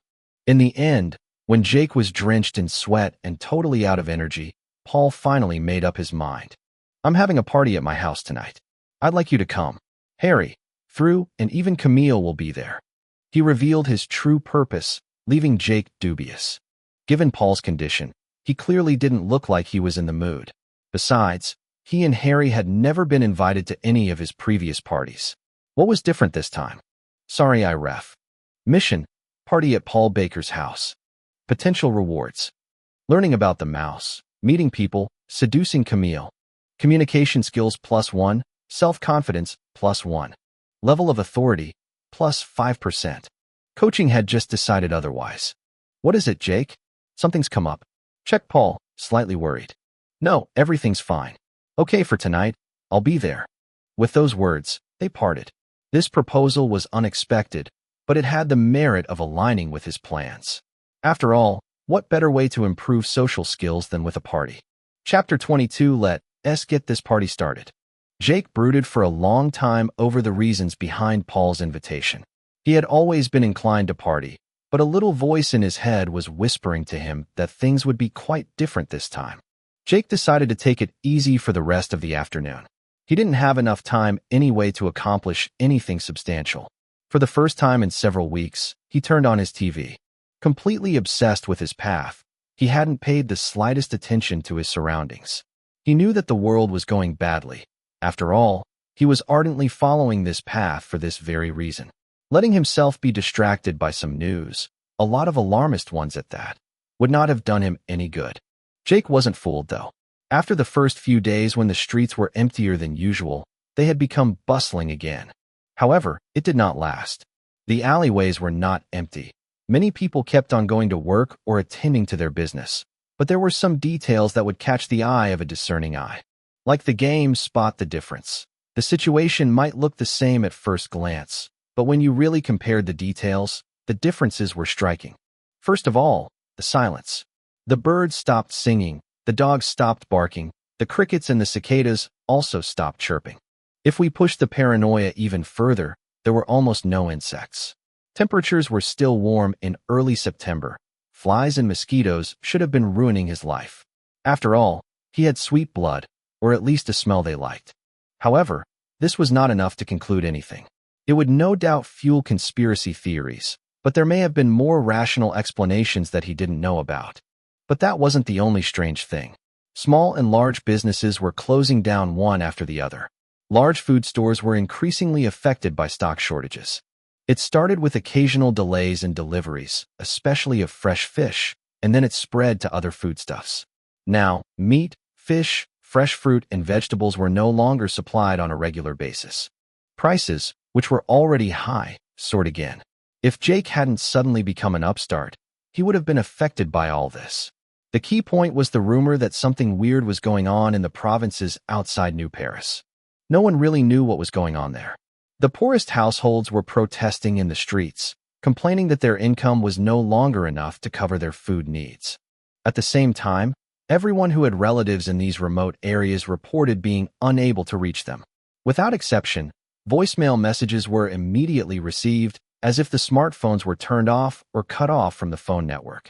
The government was not helping at all.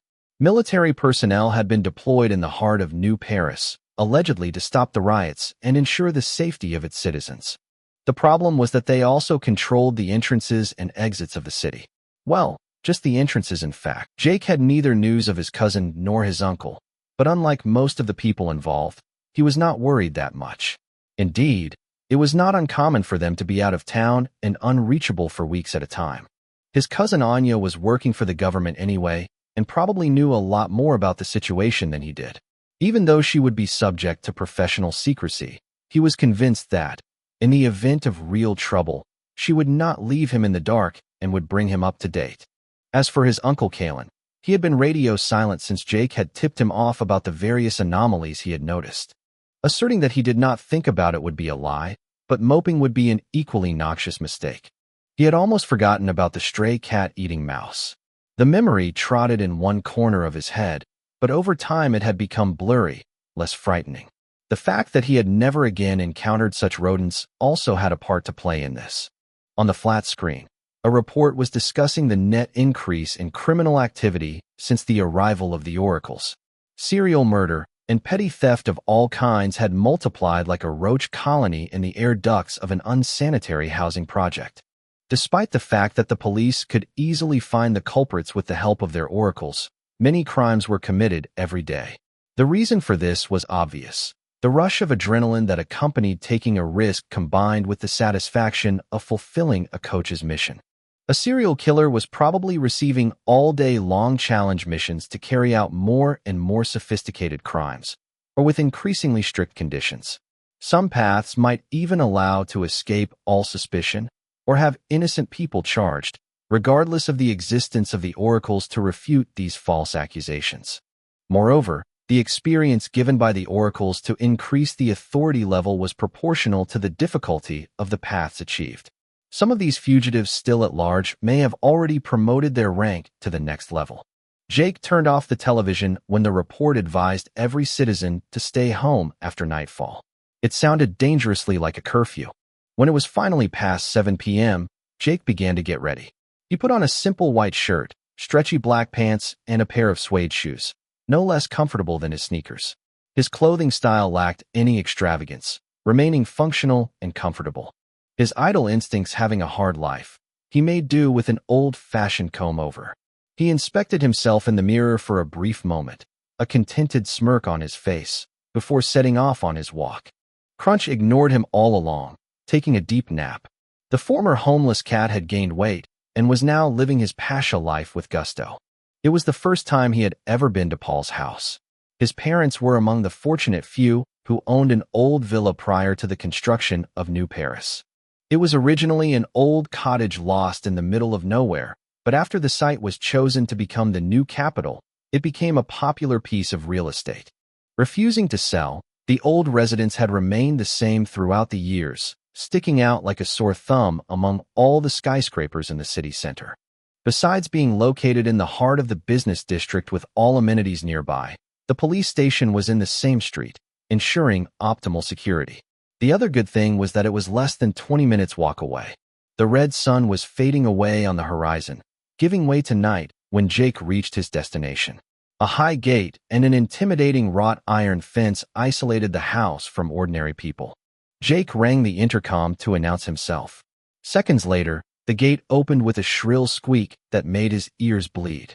A little lubricant to smooth out the joints would have been nice. A short paved road and a fallow garden separated him from the mansion. As he walked those few meters, he noticed a doghouse, but no dog was nearby. As night fell, the old stone cottage looked like a haunted house. Fortunately, the atmosphere changed completely when he walked through the front door. A piece of deafening pop electro music immediately assaulted his eardrums. Multicolored strobe lights really gave the feeling of entering a nightclub.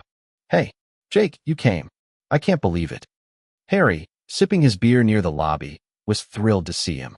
Before his arrival, he was chatting with two other men, Paul Baker, the owner of the house, and through Abimbola, another of his co-workers. Both greeted him in turn. Paul, whom he had met earlier, only nodded his head. Through, for his part, shook his hand with a strong grip. The smell of musky spice immediately attacked his nostrils. Or in fact, it did not. Through Abimbola was a tall black man, 1.9 meters tall, obese, and his skin was constantly oily and oozing with sweat. He was the fruit of a hazardous union, an Ethiopian father and an Indian mother. He had inherited his father's skin color and his mother's straight hair. His parents ran a restaurant mixing their two cultures, which together with his poor body hygiene gave him an exotic body odor to keep it poetic. He wasn't a social nerd like them, quite the opposite.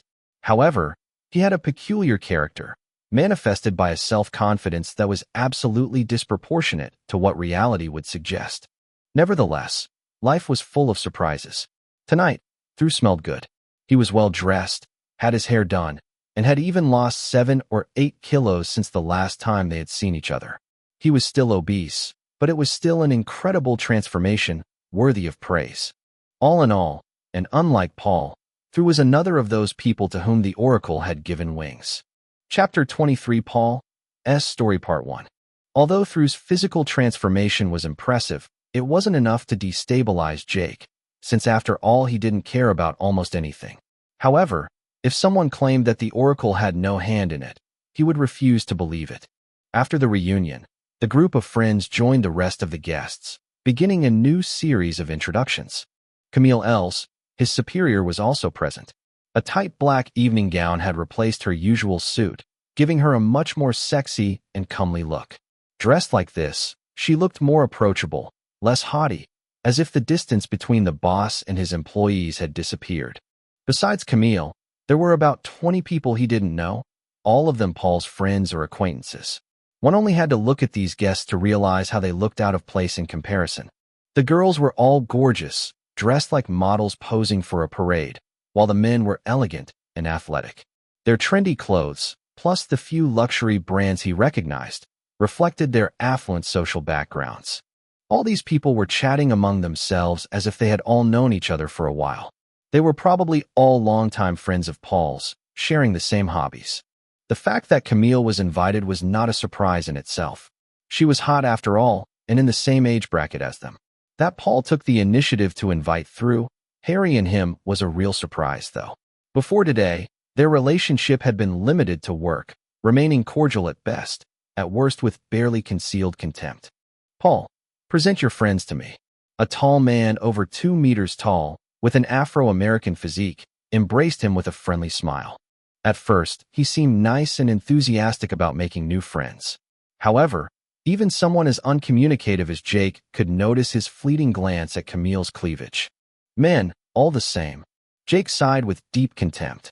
"You know you're a man too," she retorted in an exasperated tone. Naturally, Jake wisely chose to ignore her. Any man other than him obviously wasn't him. Even if he was the one squinting at Camille's cleavage, it would be excusable. With this kind of wobbly mentality, he could practically justify every one of his actions and freely criticize others without ever suffering a case of conscience. The 2M Giants initiative allowed Paul to introduce them to the rest of his friends. Their interactions were polite, and some banalities were exchanged. Nevertheless, one could sense in their attitude that they were wondering since when Paul had been associating with this kind of individuals. Of course, they kept their opinions to themselves. Even among the bourgeoisie of New Paris, owning a big house like this one was not so easy.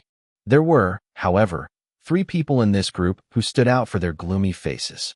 Like Paul, they were pale and emaciated, and seemed to have lost a lot of weight in a short time. The first was a young Afro-American boy with dreadlocks about 1.8 meters tall, named Kanye, who was the younger brother of the 2-meter-tall giant who first approached them. The other 2 were a pair of petite-looking twins named Elisa and Sarah.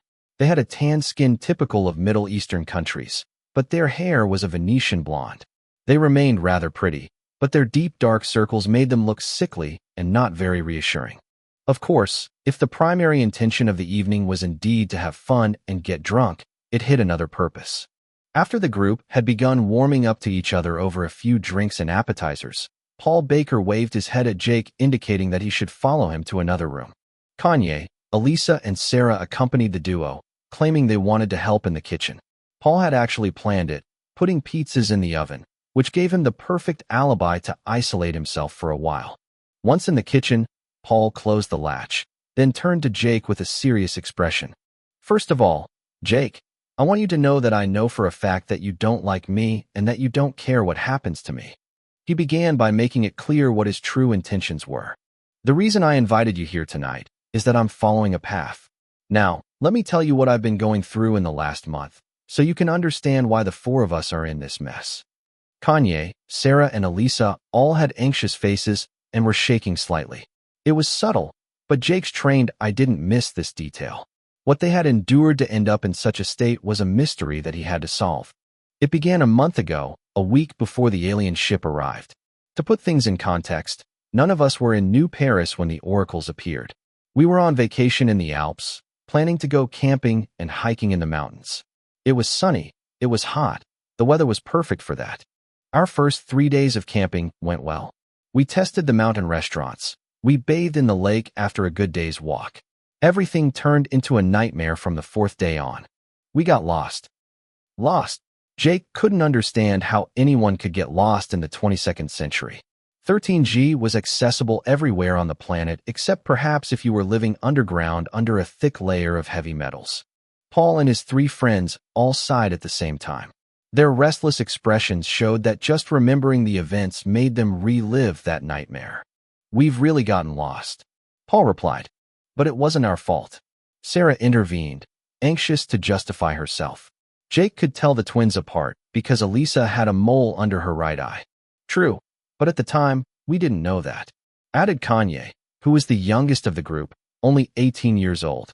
"Anyway, we were pretty lost," said Paul, continuing his story. "We decided to camp out under the stars, and we got drunk. Still, it wasn't our first night camping, and we thought we knew where we were. Except that the next day on waking, we no longer recognized the landscape around us. We remembered a waterfall not far away, which we couldn't find again, and some rocks with painted signs that were supposed to serve as landmarks for the hikers. On top of that, we had barely left the trail when we pitched our tents. Of course, there was no network, which was supposed to be impossible. The next 3 days were an ordeal.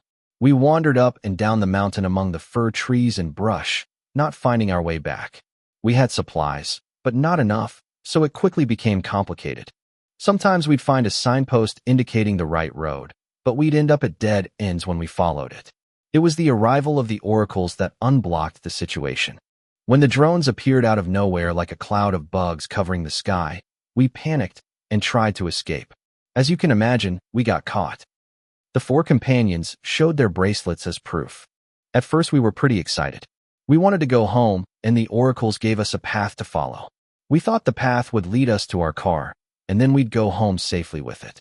Unfortunately, it didn't turn out as we had hoped. We walked for days, at first through the mountains and woods. Then one day we reached a good, old asphalt road. We all cried that day.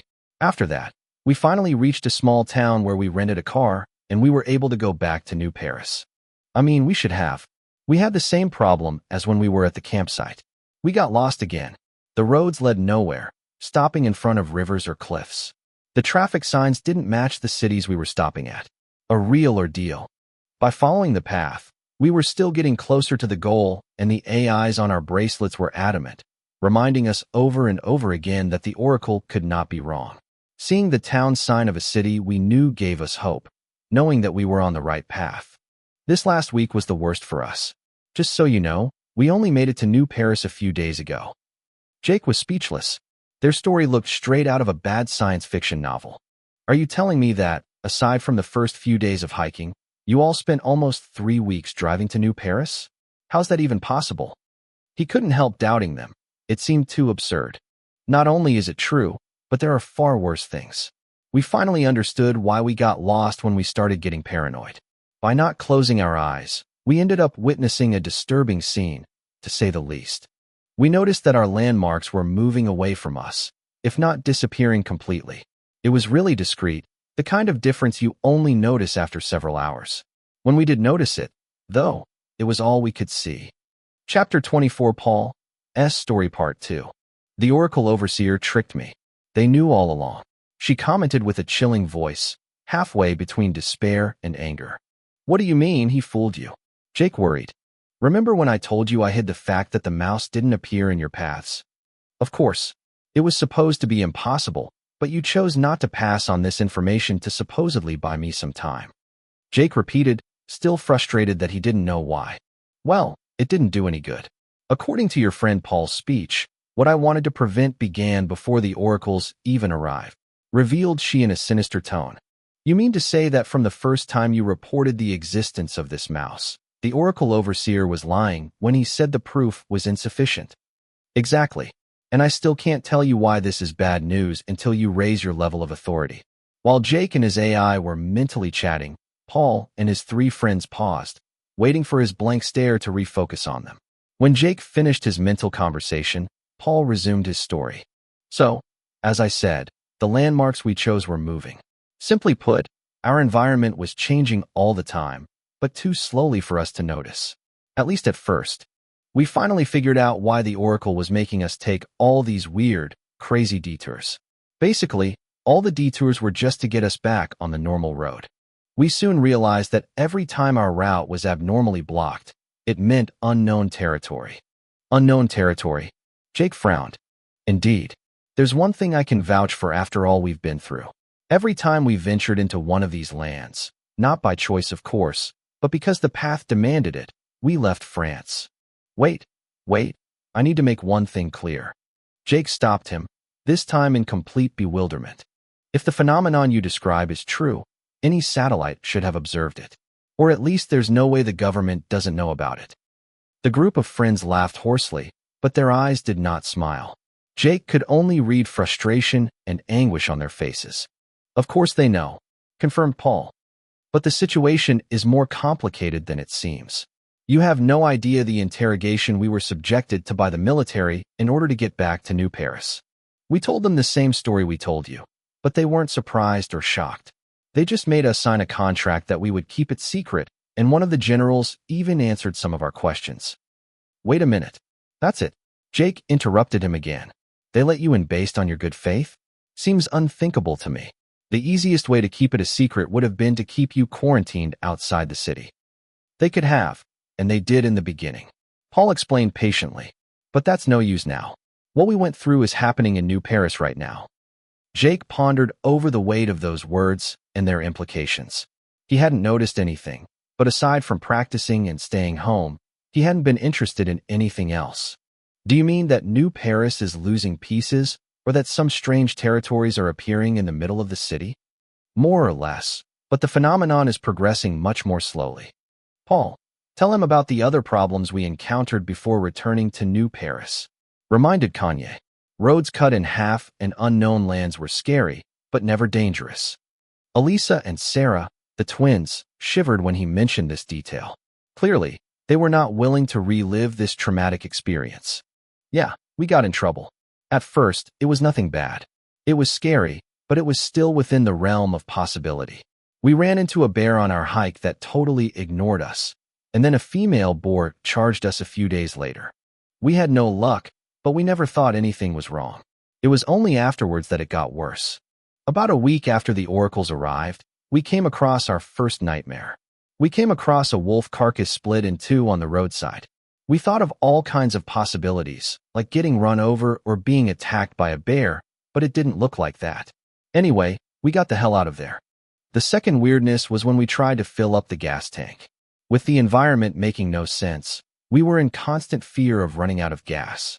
We'd fill up at any station that we saw. In the beginning, everything was normal.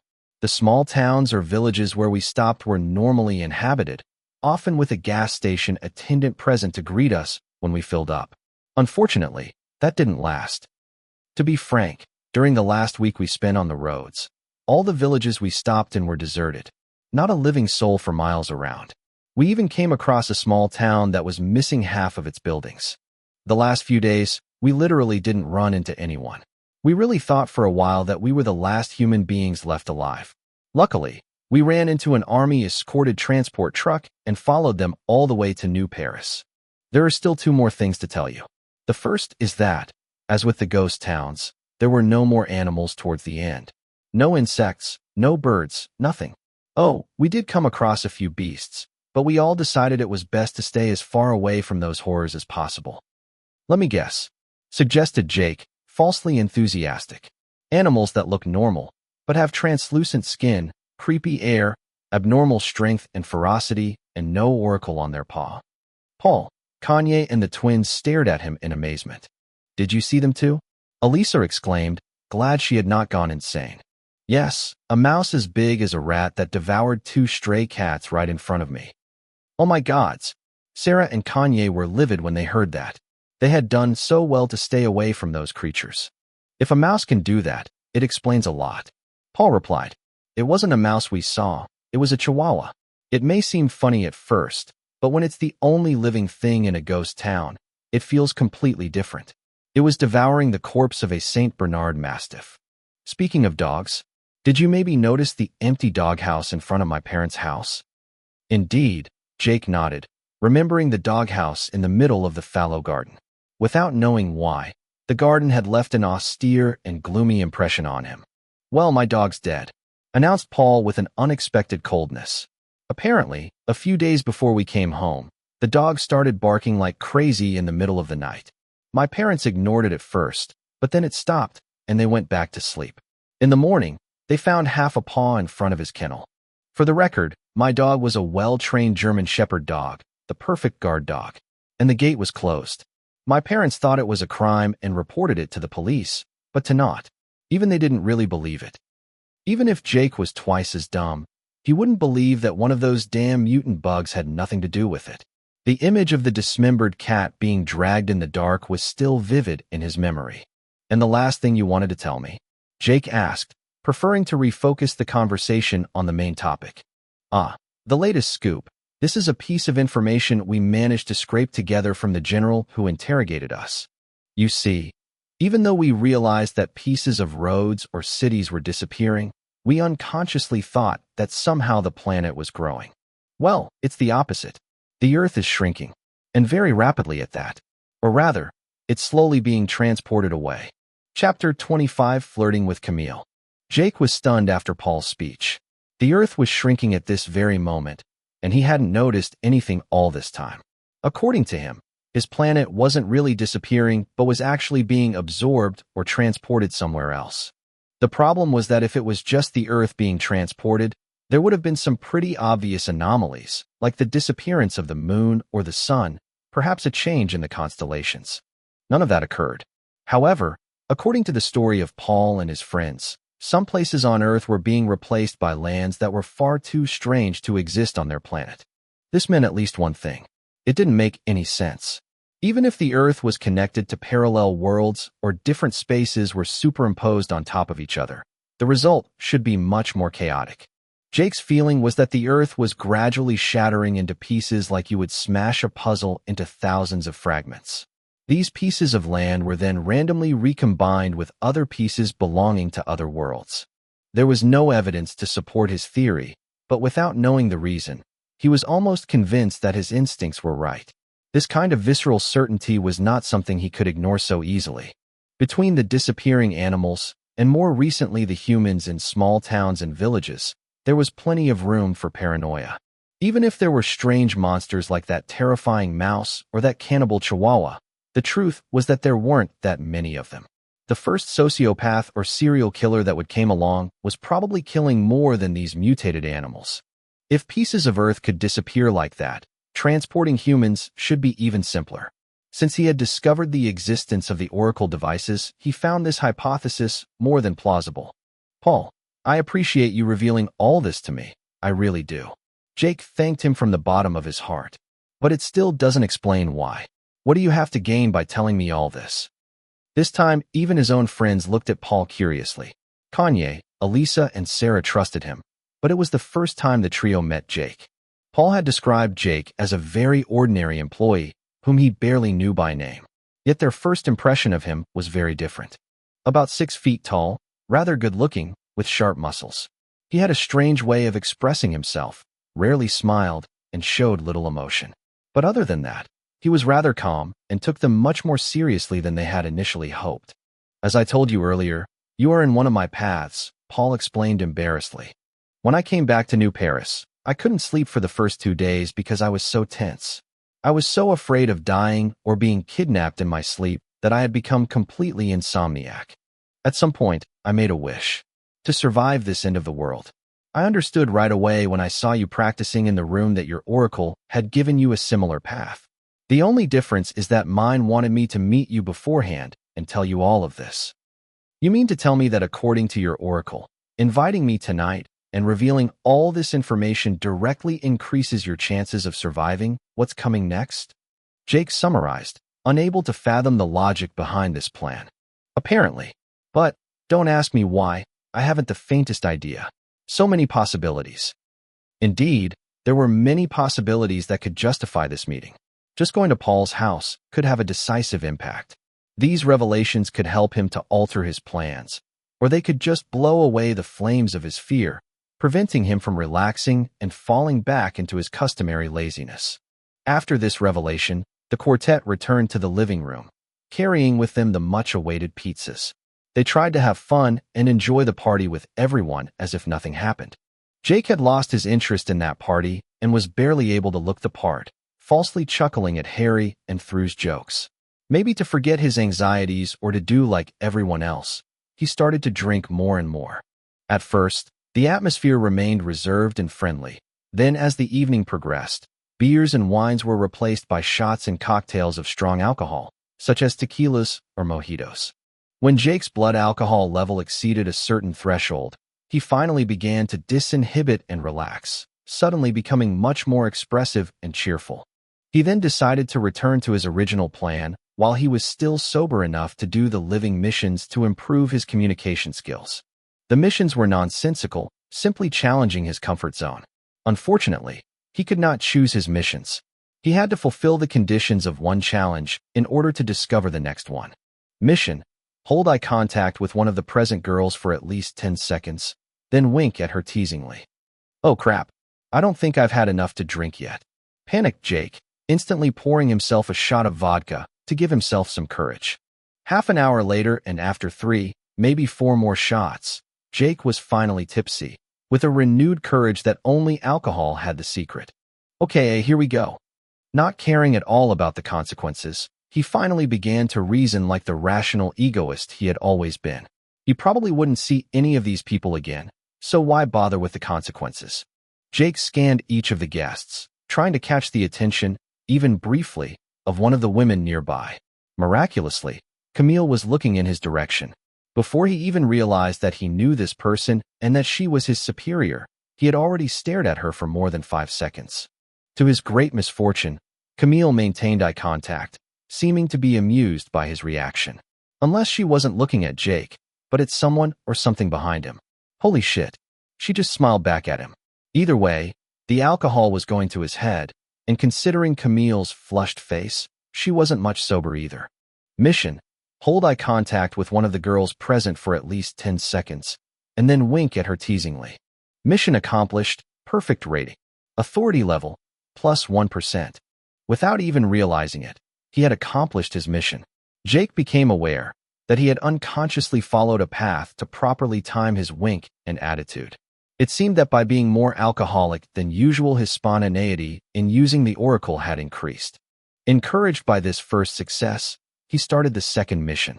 Mission: engage in conversation with Camille with an original compliment that she would be proud of, but not used to hearing. Jake drew a deep breath. Between holding her eyes and complimenting her directly, there was a chasm that his shyness couldn't cross. He drank another shot, then poured himself another drink before taking his courage in both hands and accosting Camille. To his great despair, Camille hadn't stopped staring at him, watching his strange quirks. As he walked towards her, all of his neurons were working at the same time in search of the perfect opener. Alas, his usual cleverness seemed to have deserted him. Desperate, he decided to continue with his oracle, mimicking his shadow guide once again. "How are you doing, Camille? We never took the time to really talk. I wanted to apologize for leaving work so abruptly. I guess it hasn't been easy to replace me." Jake began, in a cordial tone, and ran his hand through his hair with an awkward look on his face that made him seem troubled. "Don't worry about it. At first, with only Harry to run the center, it was complicated, but after a week no one came in, so we closed the shop." Camille relieved him of his guilt with an encouraging smile. "Thank God. I was afraid you were angry with me." No, don't worry about it. I'm not the type to hold a grudge for so little. Anyway, I just wanted to say that your curly hair looks great today. Combined with the dress you chose, you look lovely." Jake finally managed to reach his target. Mission: engage in conversation with Camille with an original compliment that she would be proud of, but not used to hearing. Mission accomplished, perfect rating. Authority level, plus 1%. One more mission accomplished. It was time to move on to third base. "Thank you, Jake. You have no idea how good it makes me feel to hear that. I spent so much time curling them up, I didn't think anyone would notice. I'm not very good at finding the right words, but I've always been attentive to the details that nobody pays attention to. You can get a lot of information just by looking at people." Jake boasted, with an embarrassed smile. "Really? If I point out this person, what do you guess from their appearance?" Camille decided to test him at his own game, showing him Kanye's older brother, who had broken the ice with them earlier that evening. With his looks and clothes, he's... After that, Jake continued to chat with Camille, taking on missions that were increasingly difficult for an introvert like him. When the difficulty became too great, such as when he had to invite her to dance or pull something out of her hair, he would use it as an excuse to go back for a drink. Camille drank with him, and without realizing it, they became closer and closer. The problem was that as his level of drunkenness increased, he began to diverge more and more from the paths he was supposed to follow. With the help of alcohol, he found ideas of his own to satisfy the conditions of his missions, but he also increasingly revealed his true nature, an unfiltered cynicism and black humor. This did not displease Camille, entranced by his new personality. She realized for the first time that Jake, the least cooperative employee in her VR center, was in fact an exciting person to listen to with a personality full of nuances. Then finally came the fateful mission: kiss Camille. At this point in the evening, it wasn't even midnight. Jake was so drunk that he couldn't even tell his right from his left. He was totally freewheeling. Unfortunately, that didn't stop him from having an adrenaline rush, his heart pounding. For the umpteenth time, he excused himself and ran to the toilet to empty his bladder. A few people were waiting their turn before him, so he waited. Meanwhile, the previous drinks were still taking effect. When he finally came out of the toilet, he had completely forgotten about Camille and fell asleep on one of the sofas like a drunk homeless man on a sidewalk. When he woke up a few hours later, he was sober and feeling better. Dazed, the memories of his exploits with Camille came back to him, and he started to panic, looking for her. A part like him had drunk too much and had gone to bed in the guest rooms. The others were still dancing or chatting over a drink. A few seconds later, he finally found Camille, and with her through. They were intertwined and glued together on the dance floor like two octopuses giving each other mouth to mouth. At that moment, Jake threw up.